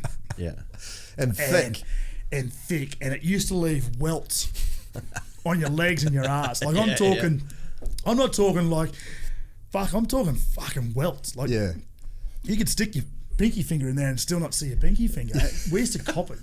But I love my mum and dad. I love my mum and dad like nothing else. Like, they used to give us a little bit of tough love, but that's how we grew up. We got 4 boys. Yeah. Someone's got to be the mother's got to be the she's got to be an enforcer. My mum, as much as I love her, when we sold up at in Toowoomba, mum and dad bought a pub at Crow's Nest, which is 25 minutes northwest of Toowoomba. You know, 3,500, 4,000 people live there. We got the only pub in town. We had it for about 12, 13 years, and all the patrons that used to go to the pub. Like my old man's a pretty placid sort of dude. Played top line rugby league in Brisbane. That's when Wally Lewis played. That's when Brisbane comp was really strong in the 70s and 80s. Before the Broncos come in and Sydney poached a lot of our players down there. All the patrons were scared. Were more scared of my mum than my dad, because if you ever meet my mum, she'll give you the shirt off her back. Yeah. But if you're on her bad side, fuck. But that's because she had 4 boys. And, you know, she had her brother used to play Queensland Reds. Like, you know, so she came from a sporting background as well. Yeah. But I'll tell you what, fuck. If you did you ever get any approaches from offers for union? Well, when I left South. There was a 2-week or 3-week period where I didn't have a club to go to, and I know, and my manager was talking to Roosters, and we actually sat down with Bob Dwyer, who was the coach of the Waratahs, and he was really keen to have me over to come over and play, but I ended up signing with the Roosters and went under the salary sombrero, so it was good. That's perfect. So what do you do? What do you salary do? Is massive. Must be big. Yeah. So well, the thing is, Nick Politis. I'll throw this about Nick. You know, obviously, if you're not a Roosters fan, you don't like Nick. But what he does for rugby league, it's like Russell Crowe. What he's done for rugby league. Actually, Russell Crowe. I'll tell you a story about Russell Crowe. What he did for me and my brothers. But getting back to Nick, what he does for rugby league, and I know he does a lot for you know. Well, he's a mad Roosters fan, so he's good. You know, if you're not. But what he does, like the new Manly. But the thing is, he keeps the other teams in check as well, because everyone's got to keep up with what Nick's doing. And the thing is, there's that much money, you know, commercially that's in rugby league at the moment. You know, clubs. There's so many people involved with clubs that have got the spondula. Yeah. Probably not as much as Nick, but they can keep up with him if they want. But yeah, he keeps them in check. I mean, what he's done for East is unbelievable. And even when my little nephew signed with the Roosters, you know, he's the swinging dick at the Roosters. Like, he rings, Sam signs the contract, the ink hasn't even dried. Nick Politis gives my brother a ring and says, "Listen, Ben, you know, it's Nick Politis here.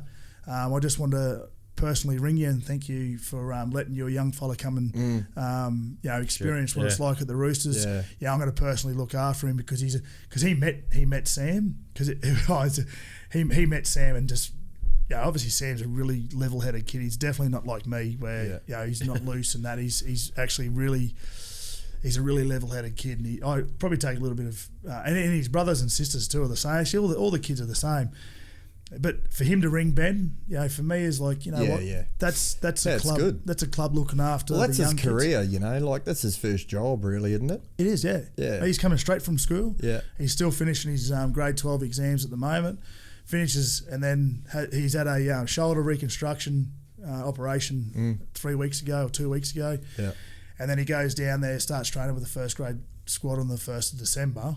But for Nick to do that, it's like Russell Crowe. When I left South in 2002, George Piggins owned South. Yeah. And for what George has done for that club is second to none. It's unbelievable. It's like he was the godfather of South. Ben and Shane were at South. I'd left South, gone to the Roosters. Started 2005. It would have been round 5 or round 6. I can't really remember. Shane rings me, and I'm playing for Roosters. Shane rings me, my brother. He goes, "Oh, listen, we've got a meeting with Russell Crowe on Sunday." I said, yeah, no worries. I said, that's great. He goes, yeah, he wants you to come along. I said, what do you mean? He goes, yeah, Ben and I are going. He said, Russell's just rang me and said, oh, listen, I want you and Bennett at his apartment at Woolloomooloo, at the Finger Wolf down there at Sydney.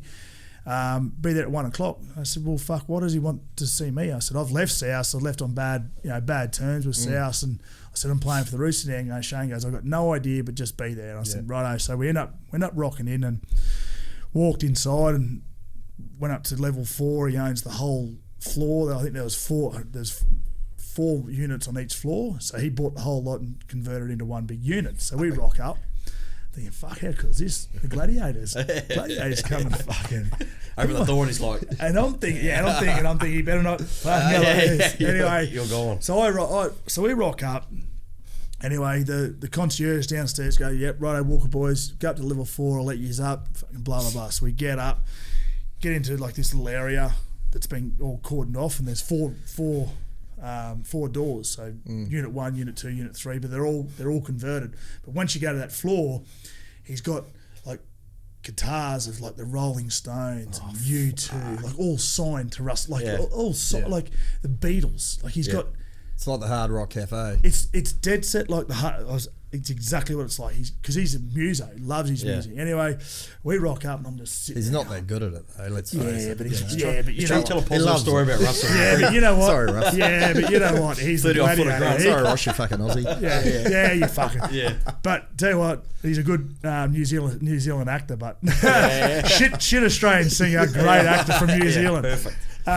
But yeah, we're all sitting there. I'm like, I could have sat there for 4 hours just fucking watching, looking at all the memorabilia. Anyway, door opens. It's Russell's personal assistant comes and goes, righto, boys, come in. We walk into door 1, and there's like fucking. We walk into his office, and I'm talking. There's leather couches and fuck, like it's like it looks like a library and an office that you'd probably worth about $5 million. Like it's fucking amazing, beautiful. Anyway, so we rock in. There's a big leather couch. That's a 4-seater. Then there's a coffee table. Then there's 2 single seats. Then on this side there's a like a tall bar stool. On the other side there's another tall bar stool. You got Russell on this side. You got Peter Holmes of Court sitting there. Yeah. I'm like, fuck, this is fucking Russell Crowe. It's Peter Holmes of Court, mining magnate from Western Australia. What the fuck's going? This is in my head. I'm thinking to myself, you're going dollar signs. You're just going, fuck, we are. No, I wasn't I'm about even to get my own floor on this thing. I wasn't even thinking. They want me back. They want me back. Get this. Anyway, so we all sit down. So Ben sits there, Shane's in the middle of me here, and I'm like, right, so we start talking. How am I going to tell Nick? All I'm thinking is 2 years I'm going to be living in Hollywood. I'll be in a feature film. I'm going to be a movie star and all this sort of shit. No, I wasn't thinking that. Actually, I was. Anyway, so we all sit down. Anyway, I'm playing for Roosters. Ben and Shane are playing for South. So we get talking and blah blah blah. Start doing small talk. And then Russell goes, right, in his Russell Crowe voice, he goes, you boys know what we got you here for. And I was like, and Shane goes, no, I've got no idea, but let us fill us in. So we sit down, and he goes, righto, what Peter and I are going to talk to you about, he said, doesn't leave this room. He said, it's confidential.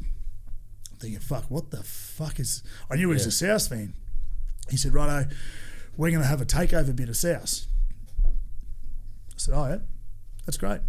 I said, where do I fit in? He goes, well, he said, South for a long time have been known as a bit of a loose club, hanging around, not criminals involved, but that had that stigma of, wasn't like a Roosters high end club, and it didn't have that solidarity of a family club. That's what he said. He said, I want to turn this into a family club. He said, this is why we want to have a meeting with you guys. He said, because you're 3 brothers, you're playing in the NRL. He said, I want to use you guys as a face of South. He said, because Ben, great first grader, Shane, great first grader, Chris, you played Origin. He said, I want to build a club around you guys, which in hindsight is what he did with the Burgess brothers. I was about to say, you guys are so Burgess, you're Burgess light. We were Burgess minus the 1. We had 3 where they had 4. But so he goes, so his big thing was, I'm going to take over South. He said, I'm going to use you guys as, to bring back that stability of being a family club and bring back the fans that are sort of a little bit disgruntled about, we don't know what we're doing. We haven't got the identity of being a bad club or a family club. We're sort of sitting sort of over here. And he goes, also, I want to talk to you about, he said, you guys have played for successful clubs. Boys, you come from the Broncos. Chris, you're now at Roosters. Ben, you're at Northern Eagles.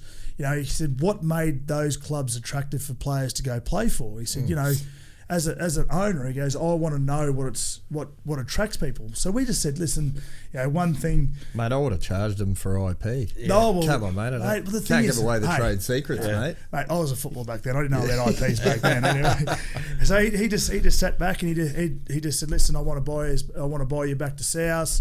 We sat there we were there for probably 4 hours. Wow. Just talking about football. And then after that, he got up. He's an awesome bloke. He's a fucking champion, Russell. I know he threw phones at people and, he's got that fucking sort of thing, but he's a really nice bloke. After that, he just said, righto, boys, I'll take you for a guided tour around the house. And it was actually fucking pretty cool because we went through the house and he had sculptures and that of like Greek sculpture. Where they shoot Gladiator?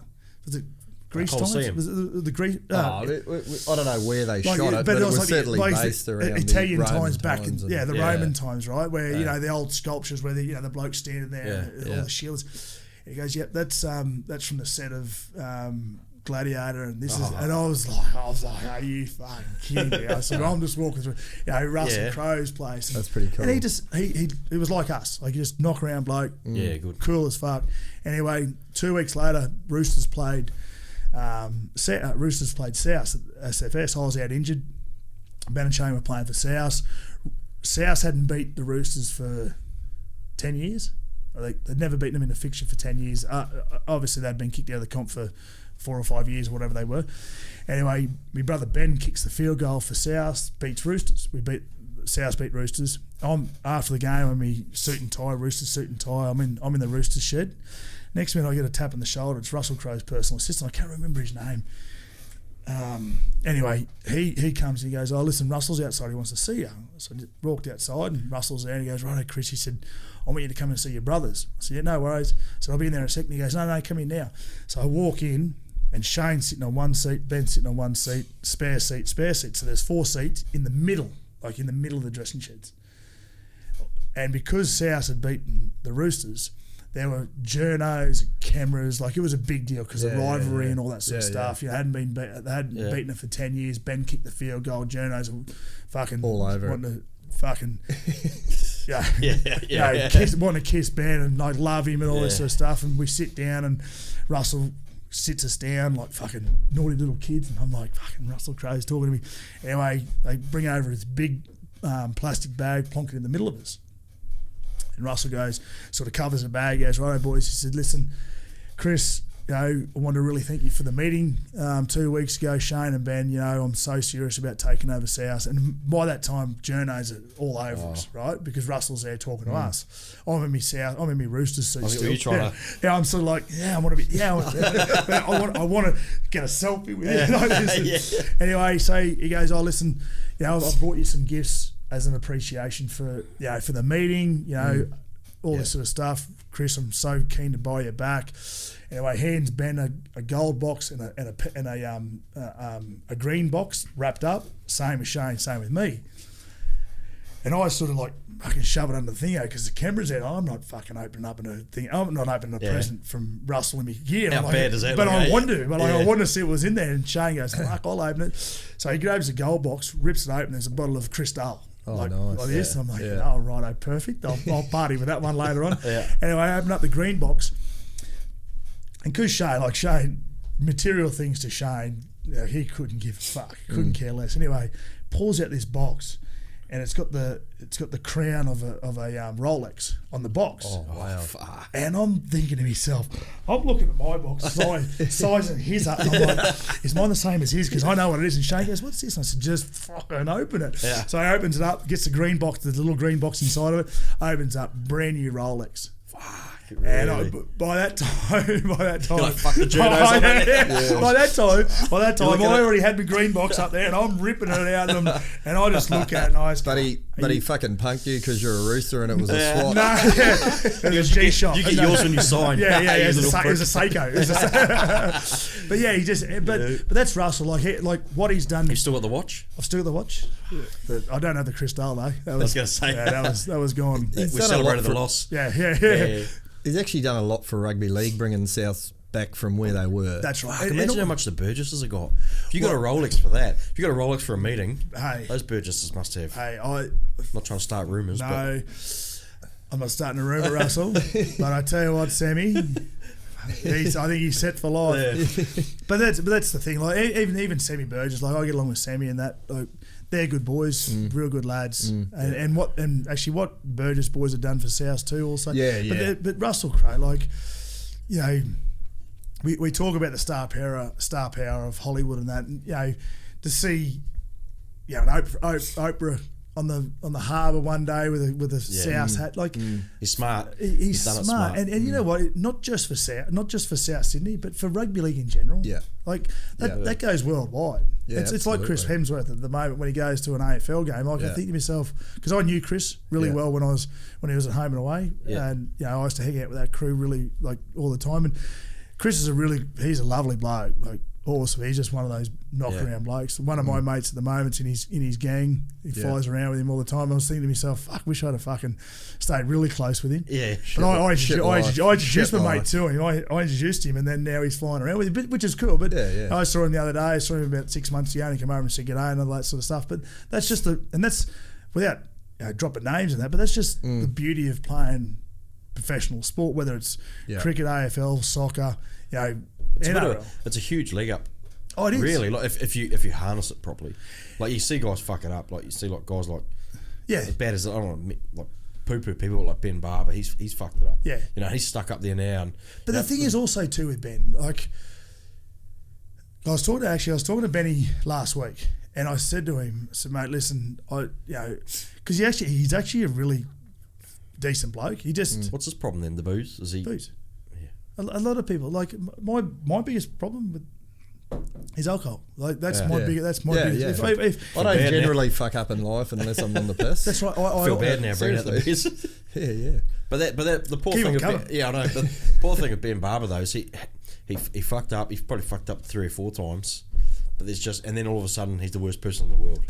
You can't like he's not a human because everyone fucks up. Yeah. He fucks up in the spotlight. Yeah, and that goes, stuffs everything up for it everybody. does. And that goes back to what we were talking about earlier. When you're young, you know, like you got the pressures of being in the spotlight, everything right. like that. Like you make fucking dumb decisions when you're young. A lot of the time, it's when you get old and you get more people around you that actually, really genuinely give a shit about you, and whether that's family or others. That's when you start to make better decisions. It is, and I mean, like he's 30-year-old. I was talking to him the other day, and I think he's coming. I think there's going to be some sort of agreement where he can start playing local league again, playing rugby league. And you know what? I think for all the he's going to fucking towel some people up in the mate, leg. I'll tell you what. When he signs with the team, I'm putting money on them to win the premiership. But that's the thing, like. Like he's been crucified now for the rest of his life because of what he's done. Yeah. But I don't think the crime fits his time. I think that we look at Matt Lodge, like he goes and terrorises a family in New York, nearly kills them, and they're talking about him being captain of the Broncos, which commercially, best luck to him. Yeah. Like Matt Lodge and I've met Matt.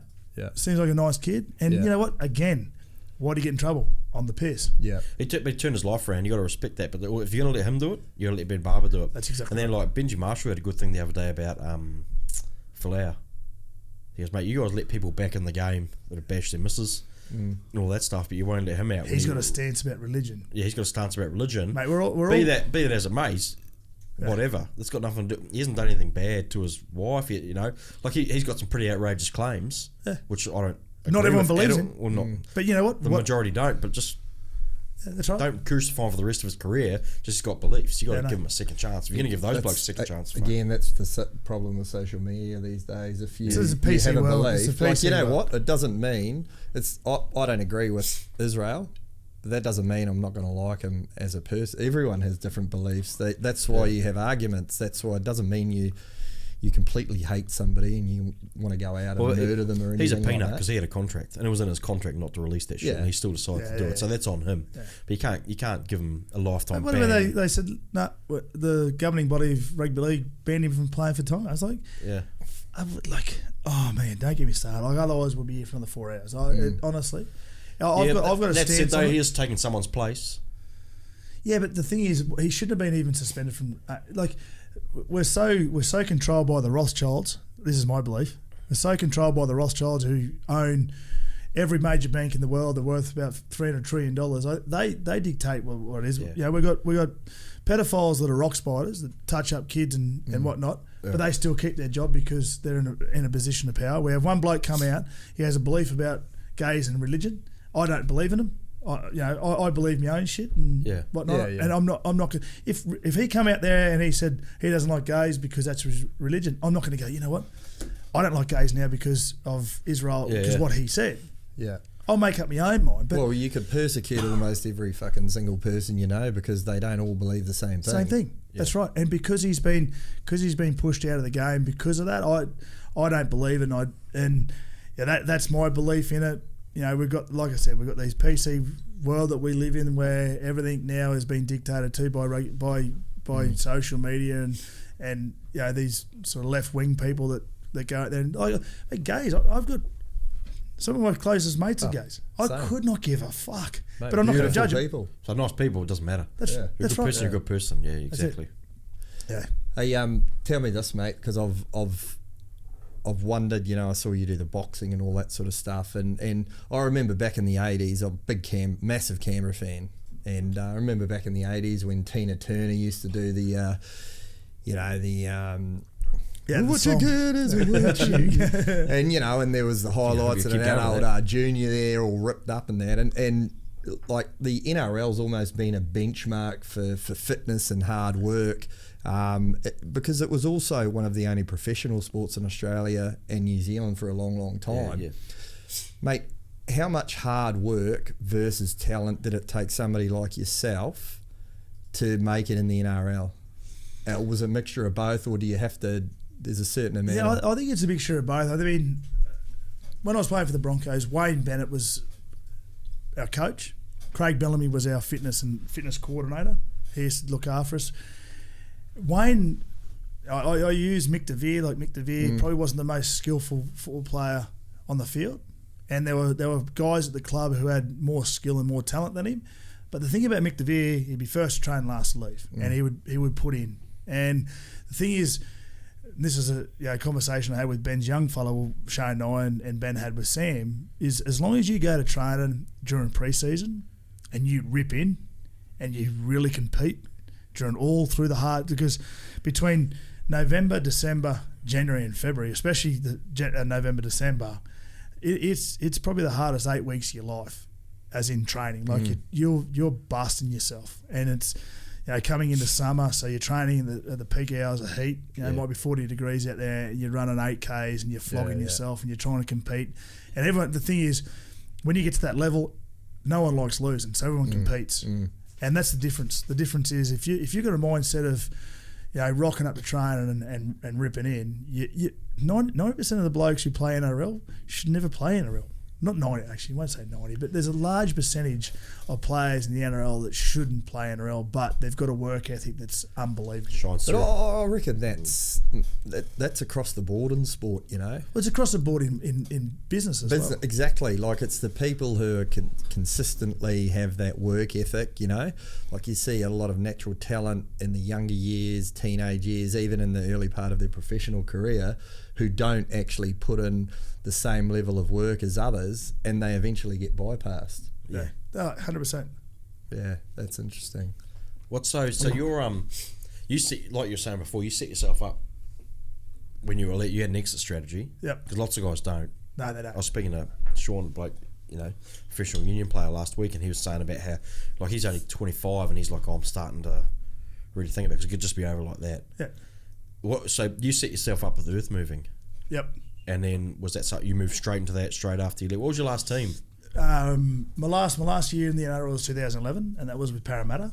Yeah. So I set my played for the Roosters, played for Titans in 2007, 2008, 2009. Yeah. Started 2008. I started Earth Moving Business as an exit strategy because I'd seen my two older brothers come through playing football, and once they finished playing football, last monthly instalment, end of November, come end of December, there's no more money coming in. Is it? Sorry, just get off track. NRL players, they get paid. I heard somewhere they get paid twice a year. No, monthly. Monthly it is. Okay, right. No, mate. I don't know why it was twice Could a you year. imagine if they got paid I know. twice a year? I was thinking that's a recipe for imagine- disaster. Like, You imagine Ash Taylor, 1st of January, Yeah. he gets 500,000. here's half a K, brother. Go for it. You know what? Halfway through July, he's going, listen, can I get another half for free? Yeah.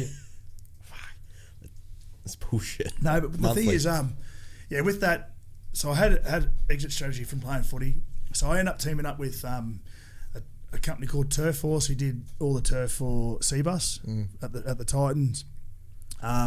Become a good mates with the business development manager. Yeah.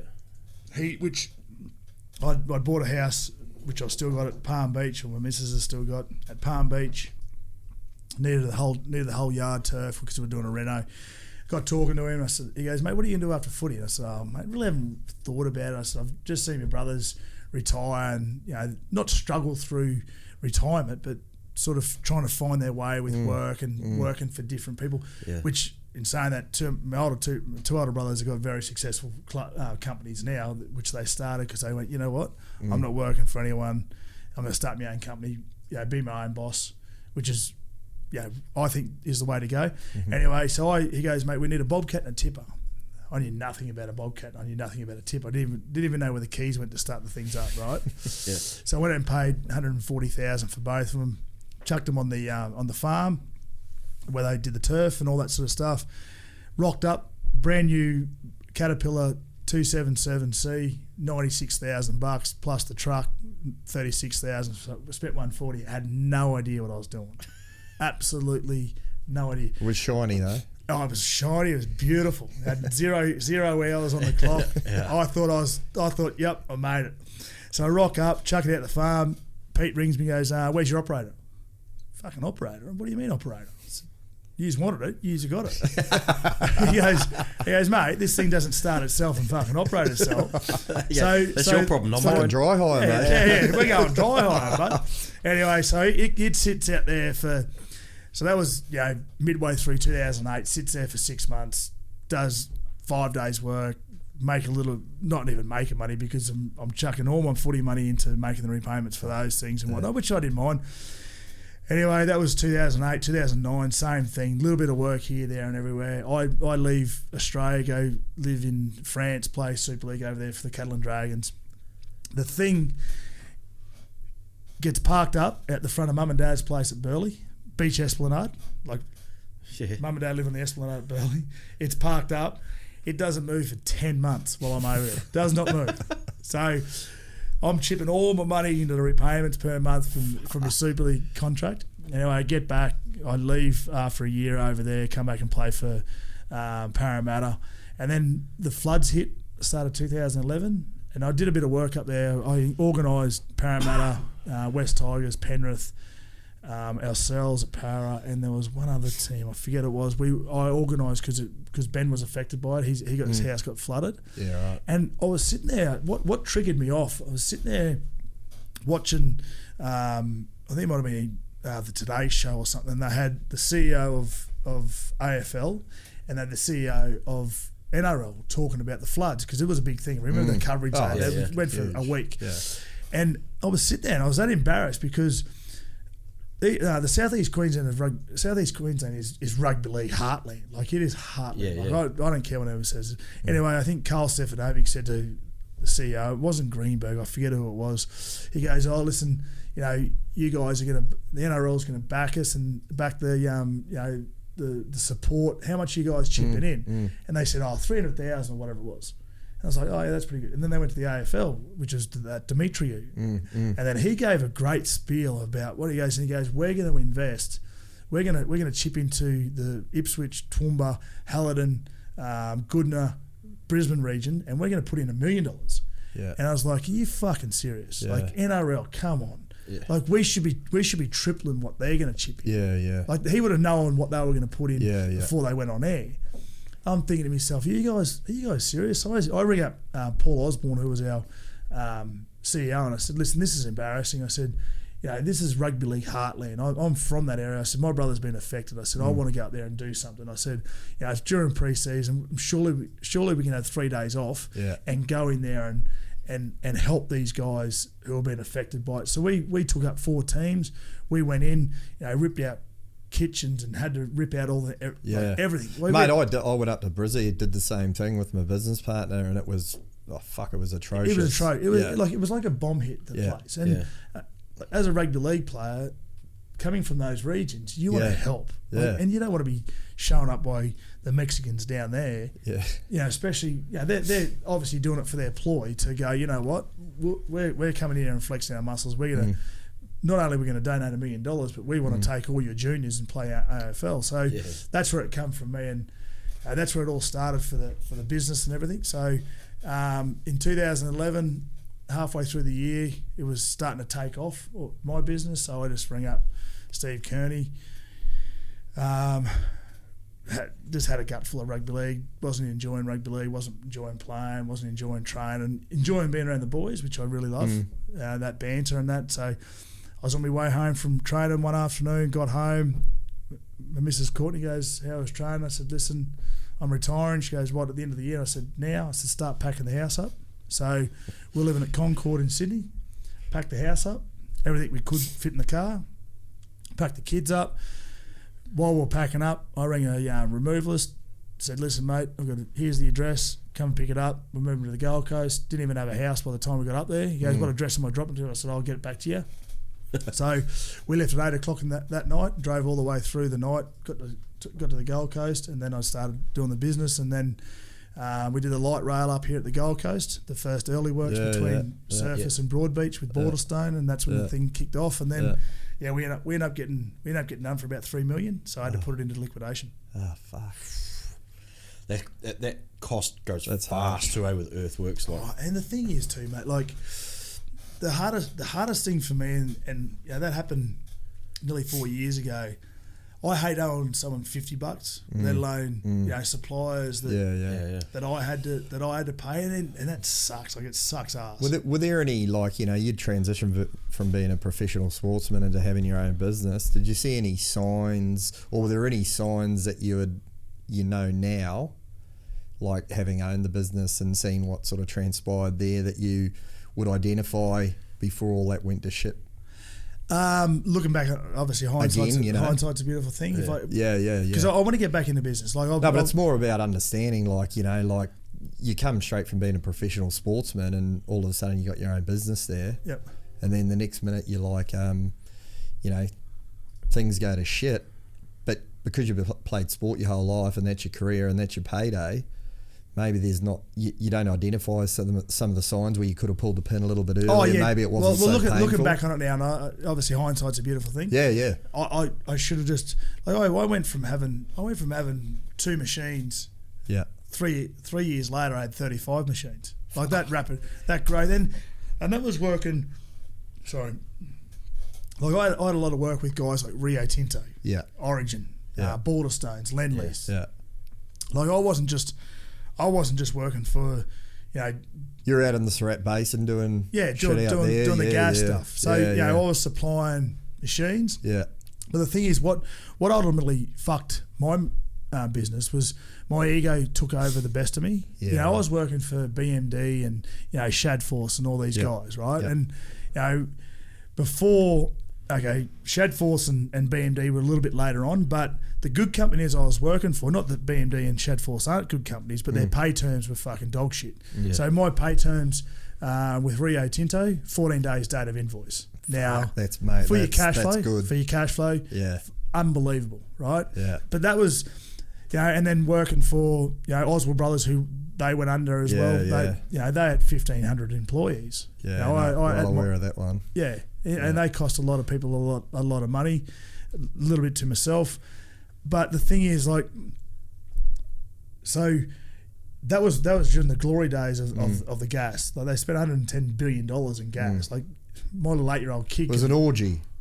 Sorry? It was an orgy of It money was. and work out It there. was. It was. Yeah. It was just open up a little bit of land, and there was a stream of money, and you dip your shovel in there and just put it in the back pocket. But so then all that sort of money, all that sort of good work dried up for me. Having machines out there. Bloke would ring me and say, "Listen, I need a grader." I'd ring my broker and say, "Mate, I need $350,000 for a grader for 6 months worth of work." He'd sign off, and away we go. And I tell you, you lose interest. It becomes toy money after that. When it's that sort of figures. The thing is, I wasn't getting the money in and spending it and whatnot. I was reinvesting in my business to make it grow. Yeah. But then it was like the Chinese just went. The tap was on like that, and then it was like it was overnight. They just went. We tightened up the tap, and there was no stream coming through. And everyone sort of, the big companies who had 400 machines, they sort of come back into the the residential areas around Gold Coast, Sunshine Coast and Brisbane. Then I try to change my work or my business from doing plant hire into doing contracted civil contracting. Where you got to know your contracts. Yeah. And then you start working for these developers who are crooks in suits. Yeah. Honestly. Yeah. And you put your claim in for the month. You just say it might be 500,000. You put your claim in, and they go, "No, we're taking this line item out. We're taking that line item out. We're paying you 300,000." I'll be like, "Holy shit!" So we were bent over big time because my ego got, like I said, my ego got to the best of me, and I tried to change it from doing a plant hire company into a civil contracting company, taking over, all that sort of shit, and that's what ultimately fucked me. And like I said, the worst thing that when you're going through all that shit is ringing people that you owe money to and explaining, because the thing is, shit rolls from the top. If you're not getting paid from above you, you can't pay these guys. Can't feed the backs. And you know what? And it happened to me when I was flying as well. Blokes would owe me 100,000 or 200,000, mate. We're not paying you. But the thing is, what I learned is the guys that owed you money that didn't contact you and didn't keep you in the loop. Yeah, fuck, that used to do my head in. It used to do my head in. Because if they're communicating with you, you can understand where they're coming from. You're like, mate, I realise where you're coming from. Mate, I owe you 150,000. Yeah. Listen, mate, I'm going to give you 5,000, mate. Thanks very much. How's it mentally? How you going? That was some things that I'd asked blokes that owed me money that couldn't pay me. Was fucking. Yeah. Was fucking. Mate, keep them in the loop. Yeah, big time. Yeah. Yeah. Anyway, there's so many. The worst thing is. That's brutal too, because you've got a living. Like, you go to work, you got a job every day where you go, mate, I go to work today. Yeah. And then you got nothing to do. You're like, shit. Well, my job now is to tidy up loose ends. The worst thing is the worst thing that I experienced. Yeah, I love my sleep. It was. Mate, this is just bringing back so many fucked memories. But I don't mind talking about it, because you know what? If you don't talk about it, bottles you up and your fucking head falls off. Lots of people go through it. That's right. And to know someone who's come from a successful footy career to a successful business career, and then be fucked over, and you're still young, really. Like, in the grand scheme of things, you're still young. Yeah. So it's like, we've just got to start again. And the thing is, you got to start again. I mean, one of the best pieces of advice I got, I was playing for the Titans, and I was talking to a bloke who was worth about $100 million, and this is before I started the business. He goes, "What are you going to do?" And I got talking to him. I said, "Mate, I really don't know." He said, "Well, find something you want to do. Yeah. Do it." He said, "Mate, you're 27 years of age." He said, "Have a crack at it. Put fucking all the eggs in the basket." He said, "If it goes gangbusters, you're reaping your rewards." Yeah. He said, "If it goes gangbusters and then you fall in your ass," he said, "you might fall in your ass at 35." He said, "That gives you enough time to go again." I said, "Well, my mum and dad, they're successful businesses, but I said they didn't really want to get too big." And he said, "Well, how old's your dad?" And I said, "He's 55." And he said, "Because the reason why he doesn't want to go too big, because if he goes too big and it fails, well, then he's going to try and build." Start again at 60 or 58. 60, it doesn't happen. It doesn't happen. He said, have a crack at it. He said, "You know what?" He said, this bloke goes, "Mate, I've been belly up 3 times." Yeah. We see guys like Trump. Trump's not the best example. Richard Branson. Every one of them has got a failure story. Yeah, no. Not one of them doesn't have a failure That's story. right. Not one of them said, "Oh, mate, I just sort of had a crack in it. Yeah. Here I am." Yeah. And the thing is, the worst thing is, this is the worst thing. I would sit there with my missus and we'd drink 3 bottles of red wine a night because I couldn't sleep. Yeah. I couldn't. I physically could not sleep. I had to drink and drink and drink, and I'd lay in bed, and I'd go to bed at 11:30 at night, Yeah. or 11 o'clock at night, or 12 o'clock at night, half pissed, and then I'd wake up at 1 o'clock in the morning. And this is through the worst of it, and it still happens now because it's like I've been hit by a fucking bus. It's like I've been hit by a Mack truck, and I'd just sit there and I'd just sit there in bed. Yep. And I'd just lay there at 1 o'clock in the morning. I'd be asleep for an hour, and then something must have happened in my cycle, my sleep, where I'd remember what was going in my actual life about, losing my business and losing shit and losing fucking things that I was so proud of that I'd built up. And I'd just sit there and lay in bed and I'd just look at the ceiling. And then it got to the point where I'd get my phone and I'd start playing games on my phone because that would waste the time.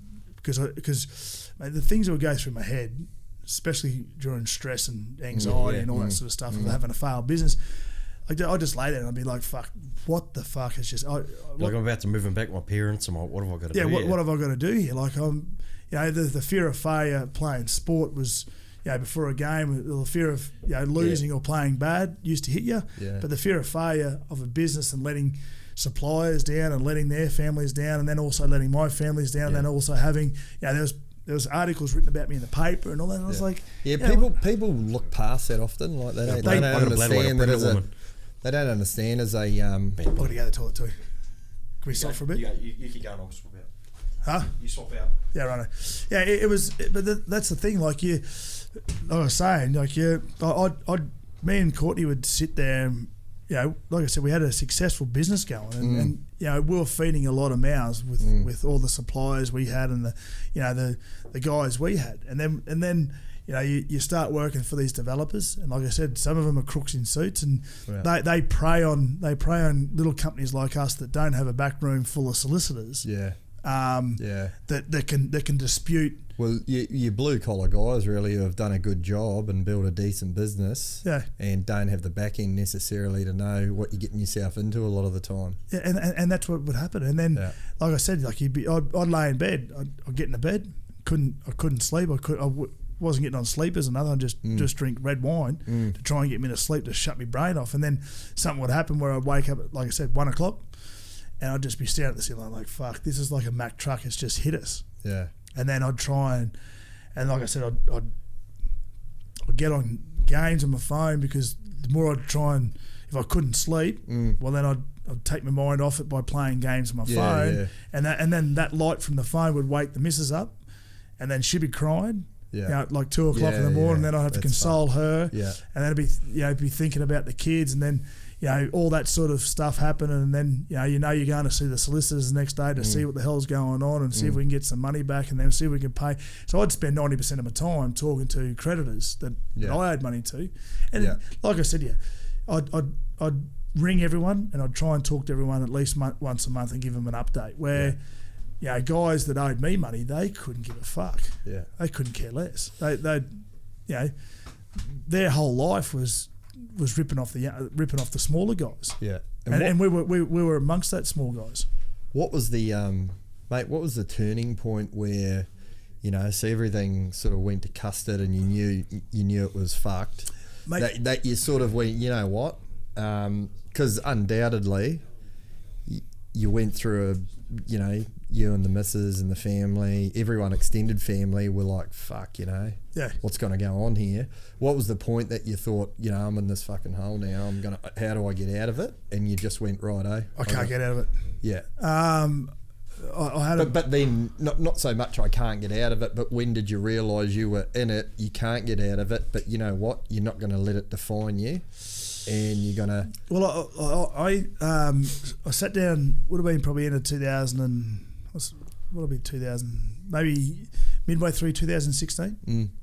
sat down with my accountant, and he walked in, and I used to have a meet with my accountant to see where we were and where we were situated, and I go, and he said, and I remember it because the fear, like I said, the fear of going bankrupt or the fear of losing your company set in the first day I started the company, because that was the fear of failure. Yeah. And because no one likes failing. I don't give a fuck who you are. You don't like failing. He walked in with his. There was two of them, and then Courtney was sitting there, and he walked in and said, "You're fucked."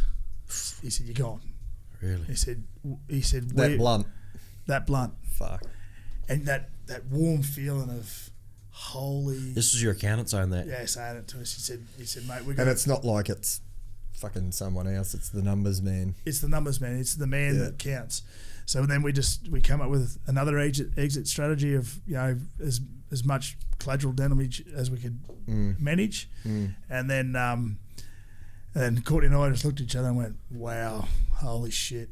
We're owed about $3 million. Blokes weren't paying us. Blokes were holding final payment. All that sort of stuff. Yeah. There was one one company that owed us $960,000. These little cunts, I want to fucking go. I want to get a hold of. Are they still around? They're still around. I know where they are, and not that I do anything. Yeah, but off you the just, but this is the thing. This is the thing with business, and this is what I've learnt with business. People owed me money, and I kept on surviving, but there was a crunch time where a lot of people owed me a lot of money and I couldn't survive. But that's business. It's business. Like business for me, when I look up the word business in dictionary, fucking anything can happen. And it happened. Like we were flying. We're on cloud nine, making all this money, making more money than in a month than what I did in 4 years of playing rugby league. That's the thing. That was we had a good little business turnover. And then we just got absolutely poleaxed. But I'm not going to let it define me now. Hopefully one day I can turn a business back into $50 million, and the guys I owed money to, I'd love to sit down with. I would give them a fucking left nut to sit down with them and say, righto, listen, I owed you $50,000, mate. Listen, I'm back on my feet. There's $50,000. That for me would be so satisfying, mate. And that's admirable. It speaks to a lot, of the person that you are, because it's not fucking easy. I'll get out for a piss. Okay, we'll cut it. Yeah. Anyway, cheers, boys. Cheers, fellas. Here's the stage too. Here's for another 2 hours. I need a catheter if I go another 2 hours. There we go. A little burst of energy. Whatever you boys do, don't follow a Red Ranger home. Holy shit. Should be swerving all over the road. Oh, no. Don't follow a black little smart car. I'm going straight to Pink Monkey. Oh yeah, straight to Pink Monkey. That's us. Might as well go home a beer. Unbelievable. Well, apparently it's free. I saw it bring up. Apparently it's free. We're told we all have to do is mention Pink Monkey 3 times per podcast. Johnny Muir, here you go, Pink Monkey. So, bro, we'll just go over you've obviously been through the shit, sports, everything else that leads up to it. Yep. Been through the shit with your business, failed now. So what now? Mate, What do you do with your time? So, apart from being a professional boxer. Nah, definitely not a professional boxer. You've got to be actually good to be that. You've got to actually be good to be a professional boxer. No, I during the footy season, I do a little bit of commentary with Triple M and ABC Grandstand. Give it a plug, and also to Channel 9 occasionally will get me to do the commentary for the Intrust Super Cup. How does that work? Do you just get the call up? Do you get the email and say, hey, get the call up? Or? Yeah, so... have you ever paired up with Vowsy? No, I haven't paired up with Vowsy. Oh, mate, you two would be good on the sideline, I reckon. No, I do... now with Scott Sattler and Peter and Salty. Who else is there? Braybrook, yeah. A few boys get to do it. So, but the thing is, that looks like good fun. The thing is, I really enjoy it because it's there's no stress because I'm talking about something that you love, that I love and I know. Know, I've been doing since I was 4-year-old with the brothers when I was a kid. So it sort of comes naturally for me to go out there, put the headphones on, do the commentary. I'm either the sideline or up in the box. I do it with Clinton Shivkowski, Chock, who actually manages Sam, Ben's young fella. Yeah, right. So they're good boys. Like I said, you're talking about rugby league and you feel comfortable with it. And then if you're on the sideline after the game, you interview a couple of the players, and they don't mind you interviewing them because you're a past player. It's a little bit different actually.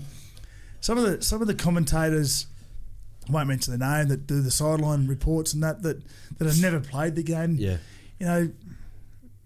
It's tough to develop a respect. And like when JT was playing, or Cam Smith, or those sort of guys, that it wasn't like they brushed them, but the guys who've never played footy and try and get those interviews after the game, what I've found it's like they're trying, they don't know if to go in for to ask, and then they just leave it, or they don't get those players. But when Cam Smith, I interviewed Cam Smith after the Titans game up here, and I honestly could have sat there and spoke to him for half an hour. I got the wind up from the producer, but for me to ask him a question, like he was like, walks, like he felt like automatically just your went, mate.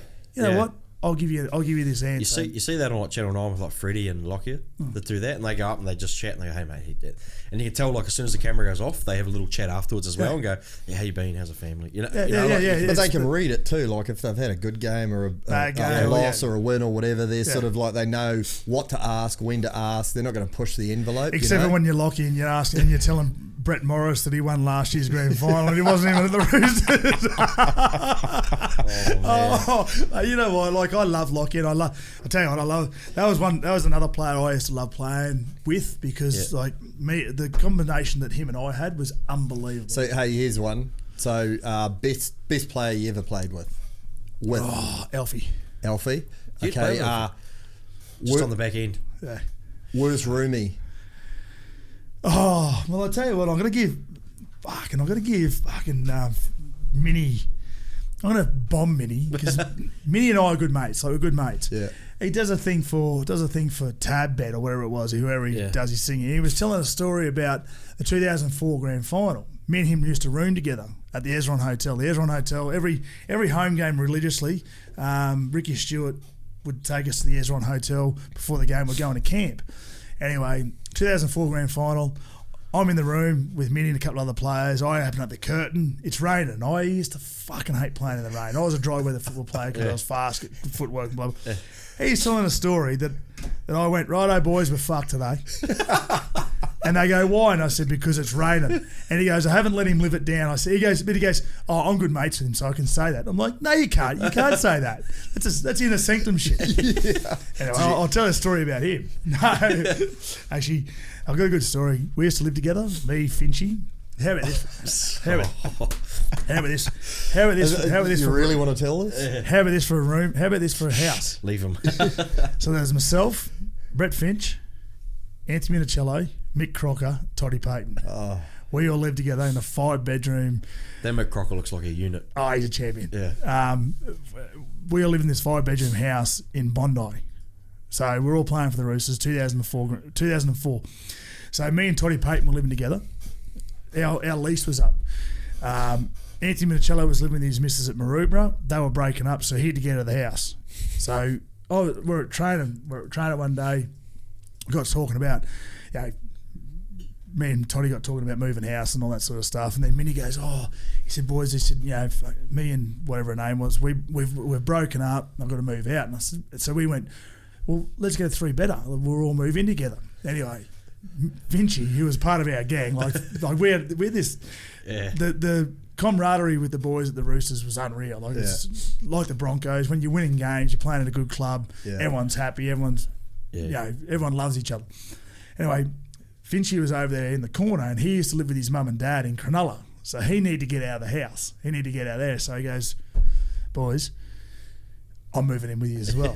So within a half an hour of me and Toddy talking about moving out and our lease coming up, we had Anthony Minicello and Brett Finch. So there was me, loose, Finchie, loose, Toddy Payton, loose, but he was older, so he was like our dad. Yeah. And then Minnie, he's the loosest. And you guys are mid-20s? 24. Minnie's the loosest. Mate, He looks pretty Now, clean cut now. Yeah, because he's going out with Terry. Because Terry keeps Image. Yeah, Terry. Yeah. Hey, He's a slick man. He's a real housewife he's now, from isn't he? Minnow. He's from Minnow out the back of Campbelltown. Like seriously, if you wear shoes in Minnow, Yeah, upper class. you're upper class, right? So he's from there.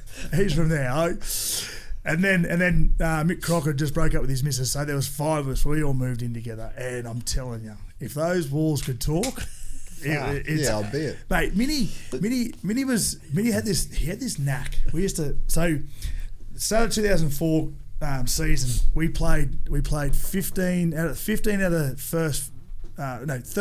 first 15 rounds. We played Friday night. So our weekend consisted. This is what our weekend how good. consisted.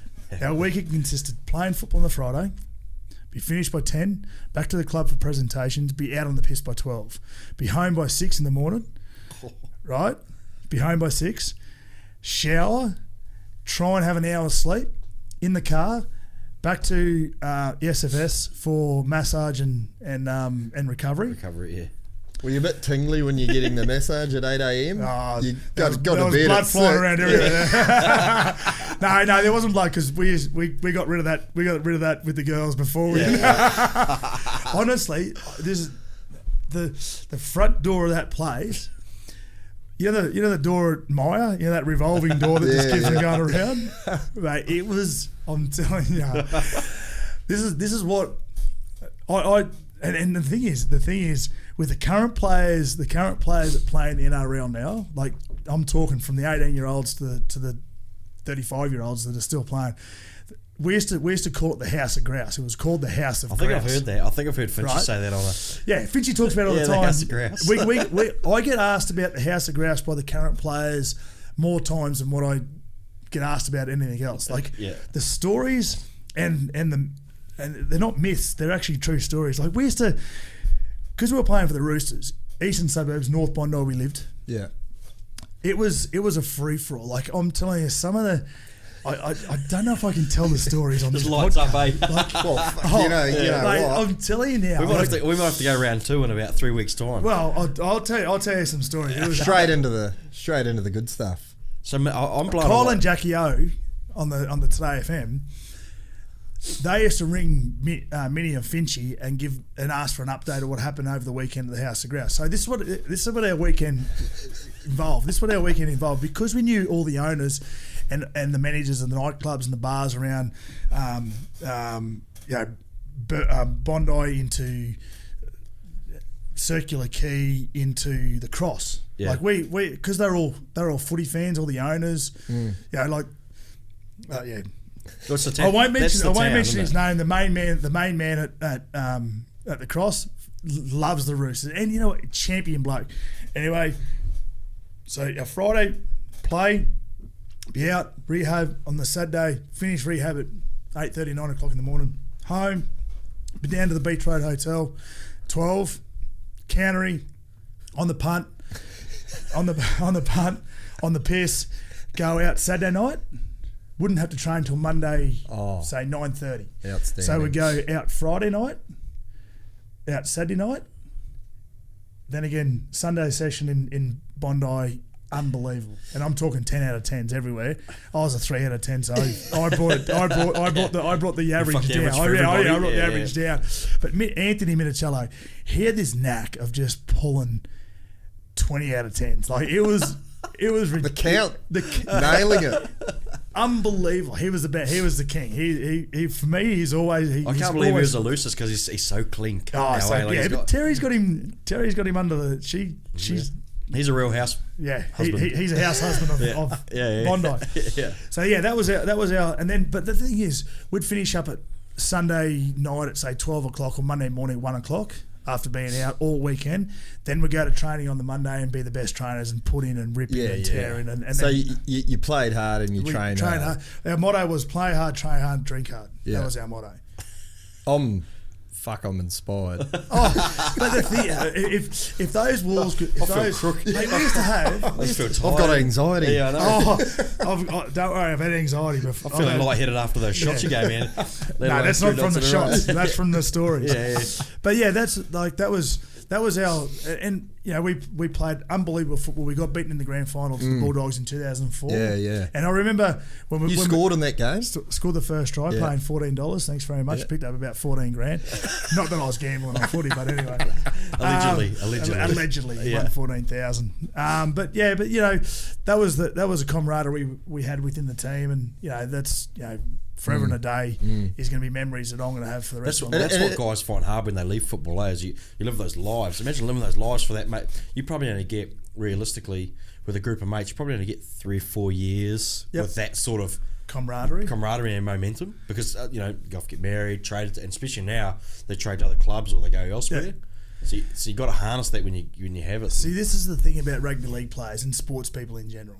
What they do, especially the guys who play over 5 or 6 years plus, what happens is, it's not that they lose their identity. They think they lose their identity after football. And that's where a lot of football players, a lot of sports people go into depression. Yeah, absolutely. But the real reason, I reckon, this is on things that I've experienced with the way I've gone from playing, where you turn up on a Monday and you rip in all week, and you're releasing those endorphins every day.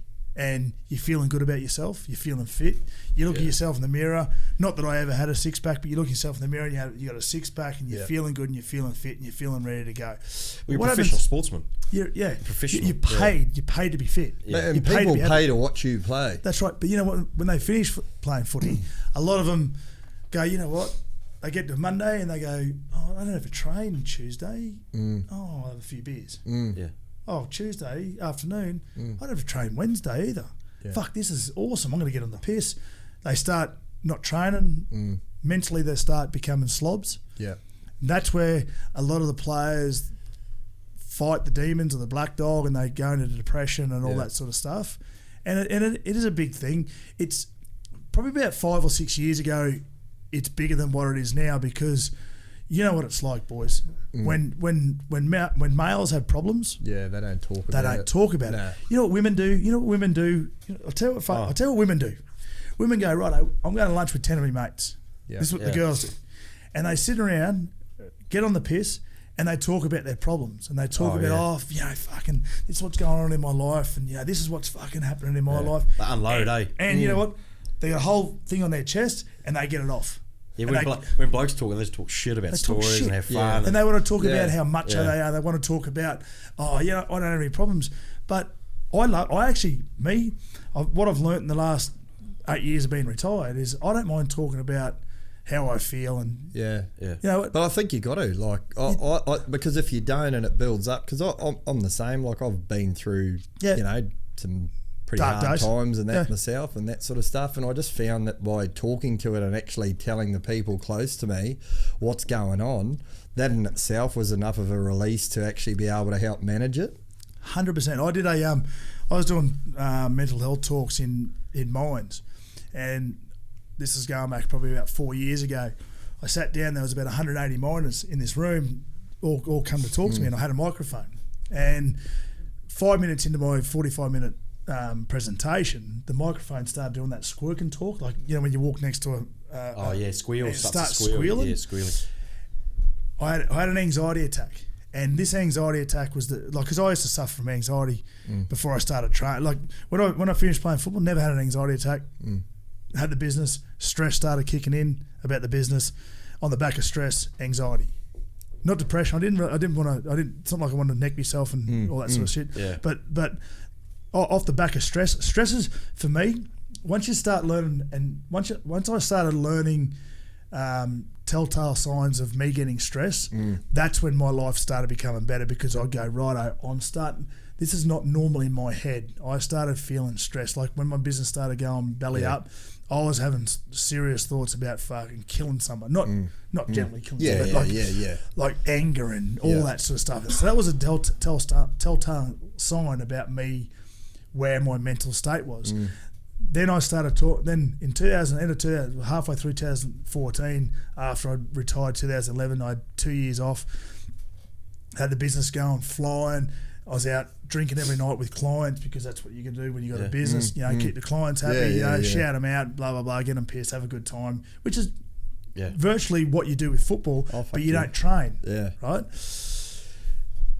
Talked to Nate Miles. I said, Nate, mate, my head's in like going at 1,000,000 miles an hour. He said, right, mate. He said, I've got F45 over here at Burleigh. He said, come and join in there. I reckon to this day, I reckon Nate Miles saved my life. Like he Really? he saved my life by inviting me into. Were you at that point though where you said, I wasn't thinking about nick myself, but I'd either be dead or in jail. Yeah. But self-destruction mode from drinking or gear or fucking whatever. Self-destruction mode. Yeah, I was in that mode of, fuck. I'm at a crossroads. Yeah.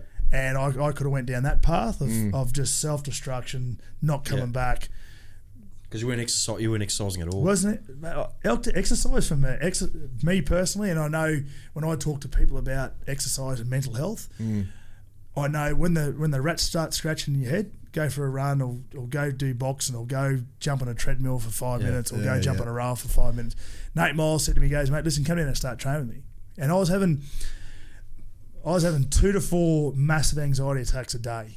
Fuck, that's a lot, bro. And I'm talking like in the car going, but I couldn't deal with it. I couldn't deal with it. So I ended up going to see a psych that I went and saw when I was playing for the Titans because they chucked me in there. They said, Rano, Chris, we need you to go and see the psych to go spend 3 weeks in rehab, which was 3 weeks in rehab. 3 weeks in rehab when you're fit and healthy and don't have mental issues is unbelievable because you listen to people's stories and you think to yourself, this can't be people's lives. Like Wayne rings me when I get out of rehab and goes, how was it like? I said, Wayne, it made me realise that I don't have a problem, but really I did. Because once I finished playing football, you do, but you don't. You do what you don't. So I went and saw psych and I said, listen, mate, I'm having these things. I said, mate, what are they? I said, I don't know how to deal with them. I said, when they come on, I fight them. He goes, mate, it's anxiety. I said, well, how do I deal with it? He said, well, once you start having an anxiety attack, once you feel like you're having an anxiety attack, don't fight it. Because if you fight it and start trying to tell you that everything's okay, it becomes worse. So I was having 2 to 4 a day, like big ones. And then Nate goes to me and goes, mate, come and train with us. Start getting back into that routine of training. And that's another thing about rugby league players. Routine's a massive thing. Oh, fuck yeah. And once you got no routine, then everything escalates even further. Yeah. So I started training with him, started doing stuff with F45, and then, mate, I was having 2 to 4 anxieties a week, and then I was having 2 to 4 anxieties a month, and then 6 months I was probably having 1 anxiety, and then I started getting into fitness, started playing footy again for my brothers out there. That's where we talk about mental health with blokes and they're not talking about it, and then that's where things sort of take a slippery slope. Yeah, it's I think it's getting better. Like I reckon it's getting better. Like you got organisations like Simo had heavy hitters, and you got Livin and all that, and like it's promoting that sort of stuff. And I think it's becoming way more. It's not that it was never acceptable. Like if a mate of yours comes to you and says, mate, I'm fucking struggling. Yeah. You're not going to brush him. You're going to listen to him. But I think it was more about the, people were just guys too scared to go to their mates and say, I broke up with my missus. I lost my job. I did this. I did that. It's, I'm fucking struggling. Yeah. But if you bring it up in front of your mates now, you're more likely to get guys going, shit, man, look, well, hey, Monday morning I'm going to be here. Come with me. We're going to talk through this, rather than them go, fuck righto, mate. Yeah. But that's a dangerous web. Also, on the back of, okay, Monday morning, come see me. On the back of that, most of the guys would go, I'm having the same problem. Yeah, it's true. And then you go, and then you sit there, and then you have a talk about it, and you go, you know what? I'm feeling that way too. Fuck. I'm glad you mentioned that because you know what? I thought I was the only weird fucking thing going through. And you know what though? Some people make a joke of it. Yeah. But then some people, they go, righto, let's make a joke of it because that's what boys do. Yeah. They make a bit of it, and then they go, righto, let's talk about it. So girls go to lunch, like you say, and they bitch and they whine and they talk about their problems, and that's accepted. But you couldn't put 10 blokes in a room at a lunch table that are sinking piss, where they all start bitching and moaning about, and it's not even bitching and moaning. It's just a release. It's a release. It's off the chest release. Yeah, and that's where when I was doing it, like I said, when I had that massive anxiety attack when I was up there with the mines, I walked out, sat outside for half an hour, mate. My shirt, I could have taken it off, and just the sweat that was in there, like that, like it was like the anxiety attack that I had was probably million times the anxiety attack that anyone could ever have. But then the miners just sat there and just were like, what the fuck's just happened here? Yeah. What the fuck's happened to Walks? Where's he gone? So I sat outside for half an hour, 45 minutes, regained my composure. I didn't go back upstairs. I didn't go back on the stage and talk to the guys anymore. But what I did was for the next 2 hours, I got around and spoke to everyone in groups of 5, 10, 15 blokes.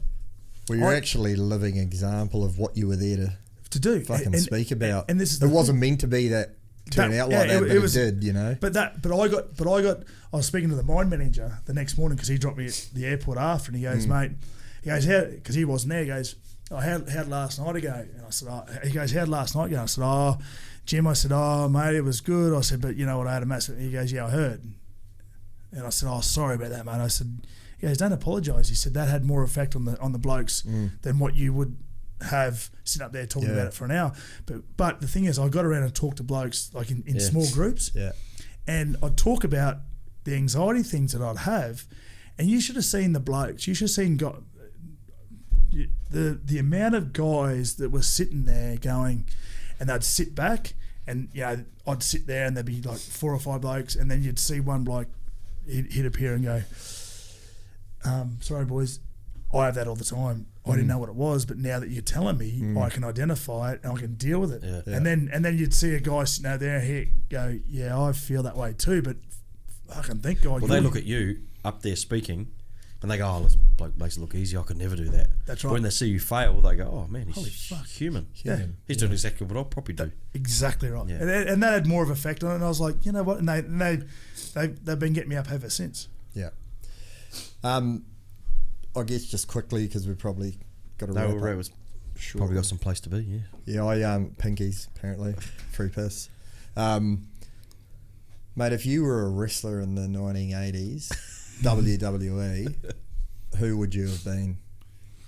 Well, see, the thing is, I never had a TV, so I couldn't tell you. But Hulk Hogan, obviously, everyone knows Hulk. Yeah. I reckon you'd be Macho Man. I reckon you're a macho man. Yeah. Which one's Macho? There you go. Oh, yeah. Steed Shark. He used to be all the neat, like... what were they called? Hulkster and Macho Man formed the Mega Powers. Oh, mate, you're a connoisseur. So the thing is, I can remember, was there Andre the Giant? Yeah. Well, the Hulkster, he body slammed him, but... Mate, I had you pegged for somebody who knew the WWE inside out. All I know now is Untamed, which is Daniel Vito. Yeah, Vito, yeah. So the thing he's back in the country now, eh? I reached out to him the other day. This is the thing about Vid. Mate, I love Vid. He is so eccentric. It is ridiculous. He's a good guy that you should come in here because absolute leisure. Love him. Even before he went over there, because he was Ben and Shane coached him at the Jets in 2015 when he was at the Bronx, the other feeder club. So occasionally he'd come back and play reserve grade.